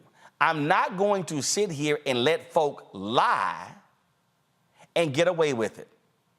Joining me right now, folks, is Mondale Robinson. He has been working in politics for quite some time, mayor of a town there in North Carolina. He also, of course, has been working with specifically with black male voters. You know, the thing here, Mondale, and now you're seeing the story. It's sort of, this reminds me of black men ain't supporting Stacey. Well, when the numbers were run after the election, they actually show what the numbers actually were. And what national media does, one outlet picks up on another outlet, then another outlet, then another outlet. And then what black people who don't do their own research, they just read what's in mainstream and then come and repeat it on their podcasts, on their shows, as if it was fact, as opposed to actually checking their own facts. Yeah, I mean, listen, we've been dealing with this idea that 20% of black men will vote for Republicans since Lee Atwater presented it in 1992 as his goal to reach 20% of black men. That was the Republican, when he was the chair of the Republican Party, that was his goal then. And every 2 or 4 years, we hear it pop back into the mainstream. It happened in 2020. They said 20% of black men will vote for Donald Trump. We saw polls from black posters and white posters all saying the same thing. But in actuality, just like you said, on November 4th, there'll be a lot of mainstream articles all quoting an exit poll saying that this many black men increased Republican. But in actuality, when there are deep dives like what Pew and Brookings Institute did after 2020 and 2022, you actually see that Republican support from black men is decreasing. Here's the problem, Roland, and you know this more than me. The people they're calling are not representative of the black men who don't normally participate in the election. Unfortunately for them, that's a majority of black men. Listen to what I'm saying. 70% of black men across this country that are already registered are what the world calls sporadic or non-voters, meaning they voted in 1 out of the last 3 elections, presidential elections. That's not a critique of black men. It's a critique of these tired strategies that tend to spend their money on mainstream media trying to reach black men, fighting Republican talking points. Republican talking points have not worked for black men since Martin Luther King dad said, if you don't support my son, get him out of jail, talking about Martin Luther King who was riding with a white woman in Georgia in the prison. They've not got over 12%. Never. Never. So these polls, one, that black men don't really respond to, don't represent the majority of black men, become a talking point that get bounced around over and over. Now, this is not This is not an idea that Democrats can sit back on their loins and do nothing, come back the idea that black men are highly pissed off with them as a party. But it is to say that black men will not go against Republican or support Republicans in an increased manner. They didn't do it for Trump in 2020. They actually voted less for Trump in 2020 than did in 2016. Here's what will happen, though. We will see a repeat of Virginia 2021, where black men sit out elections as a protest vote. And people think that is a lazy or pathology that exists in black men, but it's not. We know after every election cycle, the way you increase somebody's participation is if they feel themselves in your messaging, if their culture is represented in what you're saying. This idea that we can continue with the same white consultants that brought Bill Clinton in office using a slightly different version of the Southern strategy to isolate black voters as 2023 way of winning elections will always piss black men off. This is why we see the need to persuade black men is not about candidates. That does not work. If you go to black men talking about this candidate is going to save you or this election is the most important, you've already lost the right to be considered a trusted messenger. What's necessary is you talk about what's likely, what's possible under this candidate, what's possible under this election. That works. Because black men are issue voters. So when I hear people say stuff like what we hear in this brother's messaging, it's wrong. First of all, majority of black men that are sitting out elections aren't even worried about college debt because they don't have it. Right. Majority of these brothers don't even have college degrees. That's not what they're bitter about. This is this so-called self-made millionaire. I doubt if he is. This so-called self-made millionaire complaining about something that's personal to him. And what we know about black men, just like black women, we vote together more than any other demographic, racial demographic, or any other demographic in this country. So this idea that we are selfish people, there's a pathology that exists in us that will keep us away from the polls because of our own needs, does not ring true at all as it pertains to black men.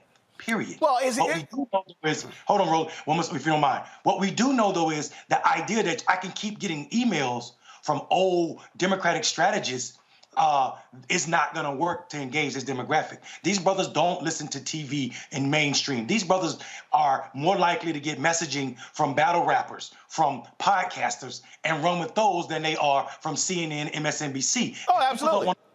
Go ahead, Roland. Here's the deal. I was in a meeting recently, and I said, guys, 65% of the people who are on my YouTube channel are black men. 65%. I'm like, numbers don't lie. And when we talk about, like, for instance, so the Wall Street Journal had this article that came out today. And don't pull it up because for some reason I can't get it to be full screen. But here was a lead. It was, first of all, it said Biden is losing black voters. Here's why it matters.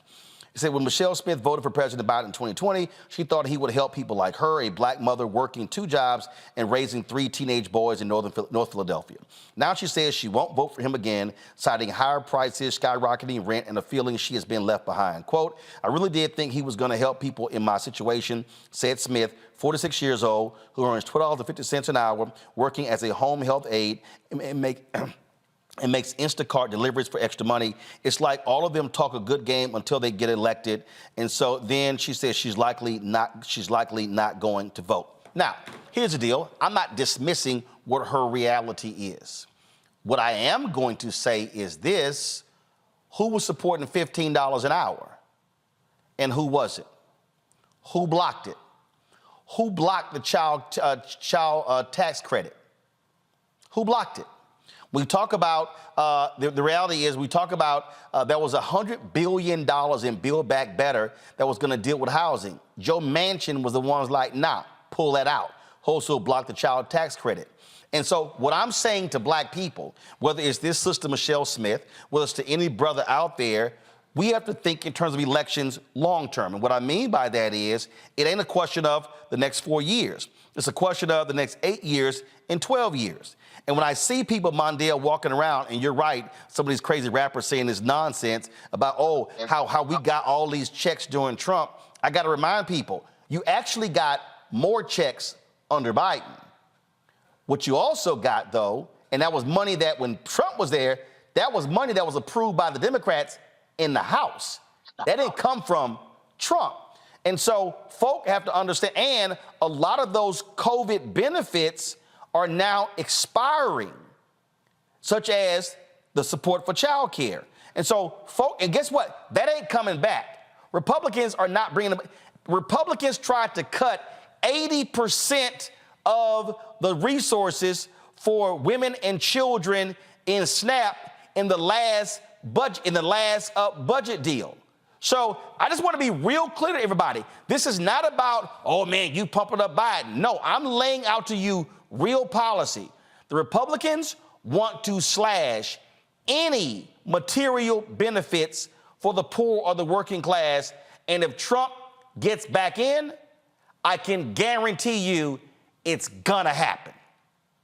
Yeah, I mean, listen, Roland, it's a fact that it's going to happen, and a lot worse is going to happen. The thing about it, though, is, like you said, the people who watch your show, 65% of black men, to those brothers that watch your show, and I'm one of them, you are a trusted messenger. People can't hear things from mainstream. Black men don't have the time or luxury of listening to the noise on mainstream media because they don't see them as trusted messengers, right? They've seen... So they won't call me. Well, I mean, yeah, right.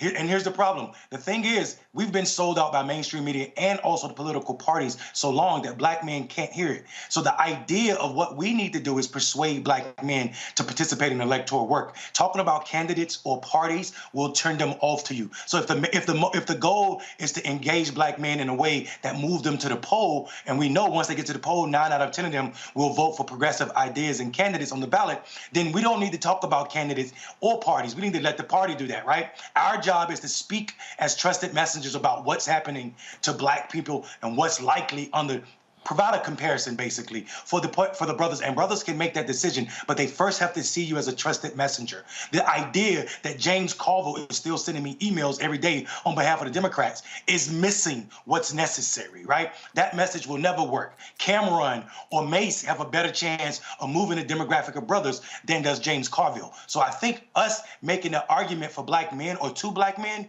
requires us to radically rethink what political strategy look like. And you should be one of the largest or receivers of funds as it pertains to media if the Democratic Party is listening to the fact that 65% of your followers are black men. And I'm willing to bet, not because they are uneducated, because education is more than what we learn in schools. It's also how you survive in America in a world that sees you as a danger just because you are black and you are man. That is an education that can't be taught in school and should be valued. So that is also a political education that speaks to the epigenetics that is harming black men. And folk ain't talking about it as if lived experience don't matter when we're talking about politics. And I have said this repeatedly before I go to my panel. I said this repeatedly on this show. I've said it directly to a number of Democratic operatives, to a number of different people. What you thought, what did Fat Joe say? Yesterday's price ain't today's price. What you spent in 2020 ain't what you should be spending in 2024, because you got a much bigger problem. And the reality is, I don't want to hear that, well, we had record spent. No. What you spent then was even a joke, because the problem is you were comparing to what the people did before that. At the end of the day, this is going to take hardcore education. This is what I keep saying. For the next 7 months, really beginning in January, if Democrats are listening, and I'm talking about white Democratic consultants who control the money, and right now it's a number of white women. Let me be real clear with y'all. I'll be real clear with y'all. Y'all ain't gonna win jack if you are holding the checks. There should be, Mondale, 7 intensive months of education, elaboration, explaining what they've done. Specific, this bill, this pool of money, infrastructure, Build Back Better, all of this money, what you did, but also what you're going to do. I cannot get somebody to think about registering or voting if I'm not educating them first on the reality. And so you have to actually show it. And when I say show it, you got to say, hey, you're concerned about rising rent. Here's why rent is rising. We built 20 million homes every decade from 1940 up until 2000. Then all of a sudden, it dropped to 5 in the last 2 decades. Guess what? You don't build new homes, you're gonna have more demand, they're gonna raise prices. Then you gotta say, here's what we propose to try to fix that. But the bottom line is, if you don't explain it, folks are just going, hey man, my rent's high. Yeah, Roland, I would also say that people also need to consider the fact, explaining what the Democrats have done is the third or fourth step, right? We have other steps that we need to address. First, we need to listen. Like, no one can pretend that they're speaking for the 70% of black men in this country that are already registered and have sat out the past 3 presidential elections or only voted in 1. No one has had more conversation with this demographic than Black Male Voter Project. And this is not a selfless plug. This is a fact. These polls be of 100 or 200 people, and 5 or 6 of them or 10 of them are black.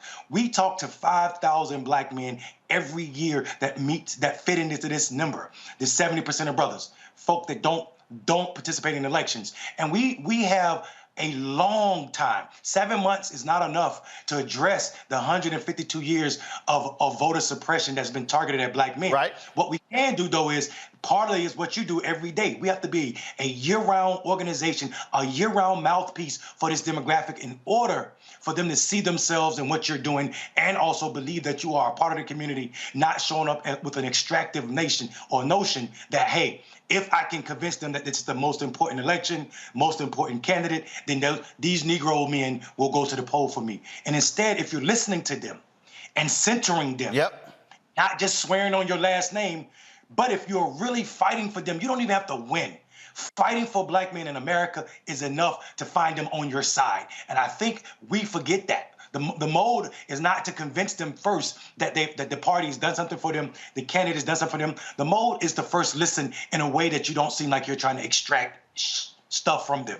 And I try to tell people all the time, this is not magic, but it also ain't easy, especially when you're coming in and talking to this demographic about your leader said this. They don't see nobody as a leader. Black men, I said that intentionally, that's an African-American vernacular for your ass.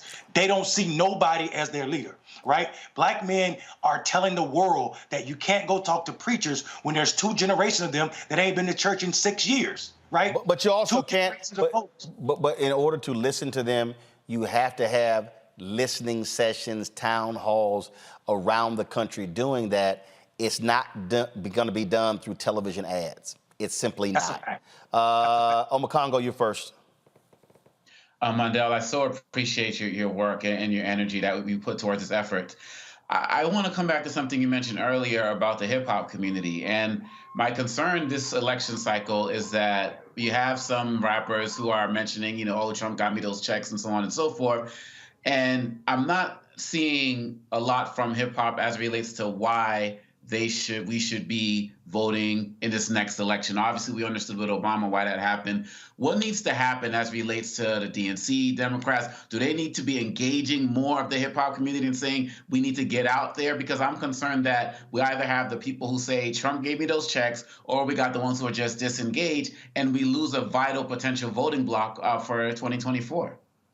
Yeah, I think here's the problem. I think the problem is the DNC already think they can do this work. They think it's their job, when in actuality, the only thing they need to be doing is, instead of pouring all the money into their auxiliaries, they need to be figuring out how they fund grassroots organizations that are trusted messengers, organizations that do this work year-round, that black men will listen to, because anything that comes from the party will be seen as the party it's self-serving. Here's what can happen. We cannot give a damn what rappers are saying. We can actually prepare the folk that really are moving this demographic to the polls. Great example of this. This is not the first generation or the first time in an election cycle where rappers were saying crazy stuff. If you consider what happened with Kodak Black, Lil Yachty, and Lil Wayne, Ice Cube last election cycle, all of those, and even Kanye, all those brothers were speaking up on Trump's behalf, but they were doing it for selfish reasons. Trump pardoned a couple of them. He did something for Kanye, and etc. But what people don't understand is, I just said, black men don't see any of these guys as leaders, and they're definitely not taking marching orders from them. So here's what we need to do. If we were invested in black men in a way that was efficient and also effective and sincere, not transactional, but transformative, meaning organizations that do this work year-round and not showing up 2 or 3 months before the election with fried chicken and church fans, then we wouldn't have to worry about those few or 5 brothers. What we know about the hip-hop community is, while we say what we want to about black men and how the problematic rap can be at times. What we do know is there's not been a positive rap song about Donald Trump since he came down that gold elevator. Not one. And before that, every year somebody was naming Trump or something about Trump Tower. Nothing positive has been written in rap music to date since he came down the elevator in 2015. And I think people continue to discount black men as if we can't see the BS that is Donald Trump, the racism that is Republicans, as if we're living in a silo or that there's a pathology that exists in us that will remove us from our vote. And what we have seen, though, since 2015 is a decrease in Republican support from black men. The idea that we are measuring excitement and enthusiasm to measure who will participate in the election is dumb and stupid anyway. And I hate to sound coy, but I'm being serious. The idea that black men are never going to be enthusiastic about a white man that they got to go vote for, that does not mean they're not going to go vote. Right. We're not asking a question. And on top of that, the instrument is flawed. Talking about the poll itself. Joe? What are we, we know you're connected with the Black Male Voter Project. What are some of the other organizations that those of us that want to be a support can help, can use or can support in order to help get the message out, and particularly the long-term educational relationship with the proper motivation, people that know, people that care, and that are good listeners for the community that can help us connect the dots? Yeah, I mean, listen, people forget that there are black people organizations that are INCs, that are LLCs, that are 501c3s and 501c4s that are doing this work year round. But I would say it is indicative that we are following the community guidelines and not what black people that have been chosen by black people or white people to speak on our behalf. This is why I posted on CNN the other night, and I know, Roy, look, that you are friendly with Van Jones, but this is a point that we got to acknowledge.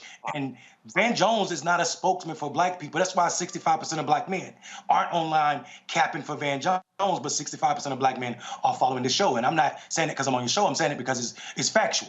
Black men know who are speaking on their behalf. So I say Black Male Voter Project does a wonderful job. I'm biased in that sense, but I'm also knowing that I deal with people on a regular basis that say they're speaking on black men's behalf, and they're not really doing that. They're capping and just taking the Democratic messaging and just trying to add a yo or what's up to the end of that. So I'm telling people all the time, go to communities, go to brothers who are not normally represented in politics and see what they're saying. They're probably not the ones that you think.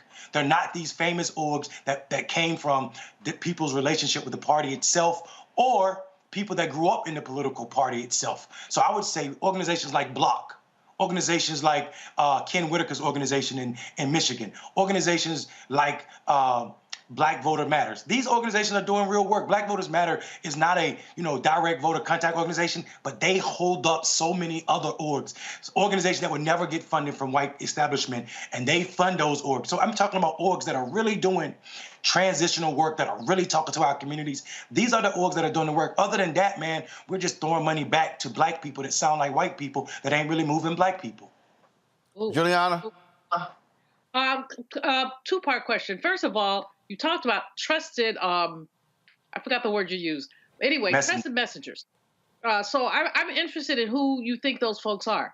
The second thing, Roland had, I think yesterday, Terrence Woodbury, who is a pollster, African-American young brother, and he's one of the people who's put out that 25% or 30% of black men would vote for Trump if the election were held today. While I understand your critique of the methodology, you can always, I used to teach a class called You Can Lie with Statistics, because you can always tweak a statistic the way you are. But what's the gap between what you're saying and what he's finding? I mean, he does have scientific methodology. So what's the gap? B, who are the trusted messengers?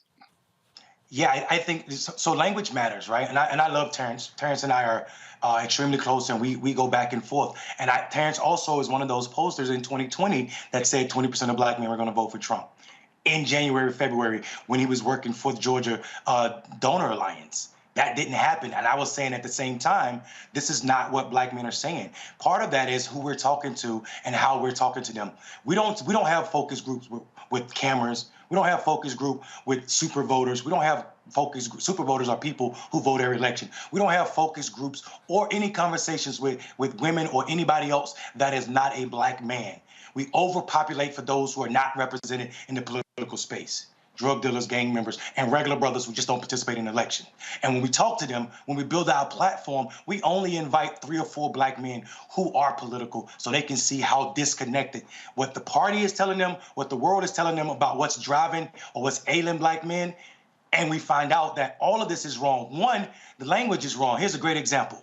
If you ask black men after Ahmaud Arbery was murdered in Georgia in 2020, what was the #1 issue, they would have said public safety. Posters leave it right there. Public safety nationally is a conservative issue. Why are black men calling for more police, public safety, when a black man was just killed by vigilantes? But if you dig deep like Black Men Voter Project do, without the cameras, without the distraction of other people that are not a part of this demographic, you would have found out that black men in Southwest Georgia use the word public safety like the rest of the world use defund the police. They use public safety to mean we want to be policed like white people. In order to police black men like white people, you need less police officers. That's closer to defunding the police than it is to expanding the police. So I think what happens is time, also instruments, and like I said, I love hit strategy. I love the work that Terrence doing, but we go back and forth about this all the time. I'm talking to a demographic that is not participating in elections. Terrence is hired by certain organizations to talk to certain type of voters, usually likely voters, usually certain whatever the demographics parameters are. The brothers I'm talking to don't fit a parameter other than they don't see themselves in how we play politics in this country. All right, folks, we're going to continue. This is going to continue, absolutely. Mondale Robertson, I appreciate it, man. Thanks a bunch. But I keep telling people the stakes are high. The stakes are high. And what I say to people all the time is, what are the 3 to 4 things you care about? I start there. And then you say, of those 3 or 4 things, who do I think is going to actually make these things happen and improve my life? And that's how I measure this. And I know the courts, the federal judiciary is not a sexy issue, but I'm telling you right now, everything you say you want, it's going to go through those courts. It's going through the courts. Mondale, we appreciate it. Thanks a lot. Peace, brother. Thank you for having me. Folks, last story. Yesterday on Fox News, Senator Tim Scott announced that he was ending his presidential bid. That's it. Oh, I don't need to show the rest of that. Or run for president. No. I didn't say play that. That's it. Congo, you okay? Yeah, I'm all right, man. I wasn't expecting the abruptness, but I guess that's what his campaign is like. If you right. I mean, look, he only told 2 campaign people, so what the hell? I'm not going to spend a lot of time on him. I feel you. You need to stay gone. Julian? Hey, let the door hit you or the good Lord split you. I'm happy to see him gone. Joe? Well, they say it's not over till the fat lady sings, but she's been warming up in the dressing room for a long time on that brother. So no, her ass singing. She on her, she on her 3rd song. So, right. So that's literally how much attention I want to give Senator Tim Scott dropping out. That's it.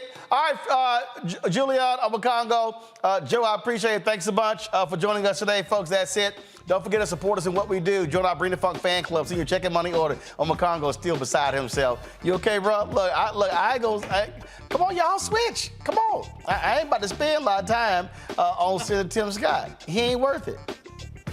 He ain't worth it. Look at it. He brought his girlfriend out at the last debate, and that still didn't help him. Where he from? He brought her out there, and it's like, dude. Roland, you know everything. Where did he get this sister from? He brought Shayna's sister. Oh, see, I knew that part. Shayna's sister trucked on out there on Wednesday, and then guess what? He was out of the race on Sunday. Oh, well. Thanks a lot, y'all. Folks, be sure to support what we do. Send your checking money order, P.O. Box 57196, Washington, D.C. 20037-0196. Cash App, $RM Unfiltered. PayPal, R Martin Unfiltered. Venmo is RM Unfiltered. Zelle, Roland at RolandSBarton.com. Roland at RolandMartinUnfiltered.com. Don't forget, download the Black Star Network app, Apple phone, Android phone, Apple TV, Android TV, Roku, Amazon Fire TV, Xbox One, Samsung Smart TV. You can also, of course, download, support us, the 24-hour streaming channel. available on multiple platforms. Of course, Amazon News. If you go to Amazon News, you can check us out there. And so please do that.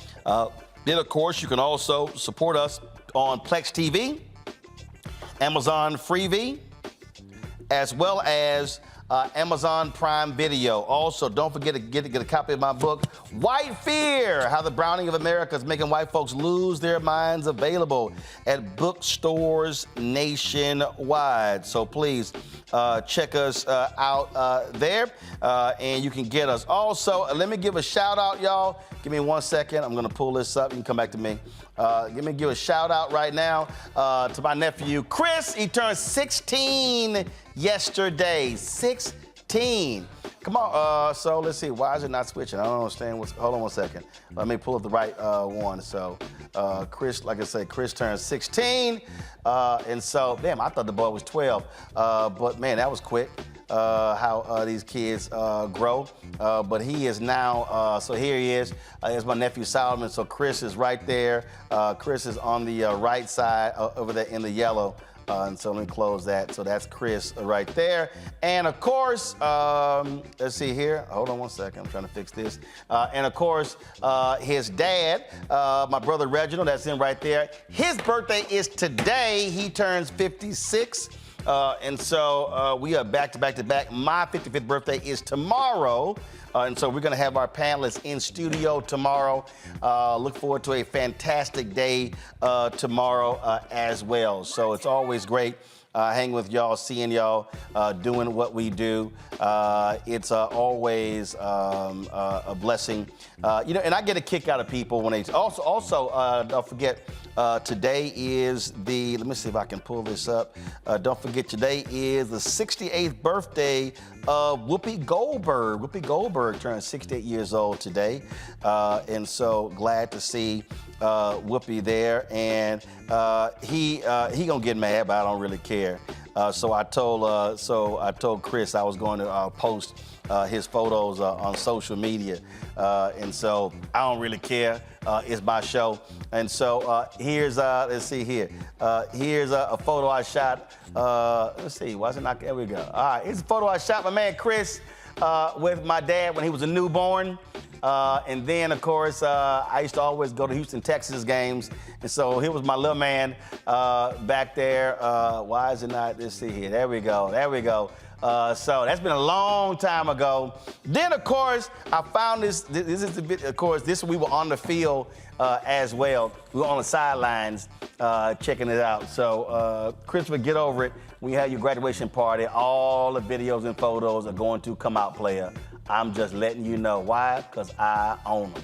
All right, that's it. I'll see y'all tomorrow right here on Roland Martin Unfiltered on the Black Star Network. Holla! Folks, Black Star Network is here. Hold no punches! I'm real revolutionary right now. Support this man, Black Media. He makes sure that our stories are told. Thank you for being the voice of Black America, Roland. Stay black. I love y'all. All momentum we have now, we have to keep this going. The video looks phenomenal. See, there's a difference between Black Star Network and Black-owned media and something like CNN. You can't be Black-owned media and be scared. It's time to be smart. Bring your eyeballs home. You dig?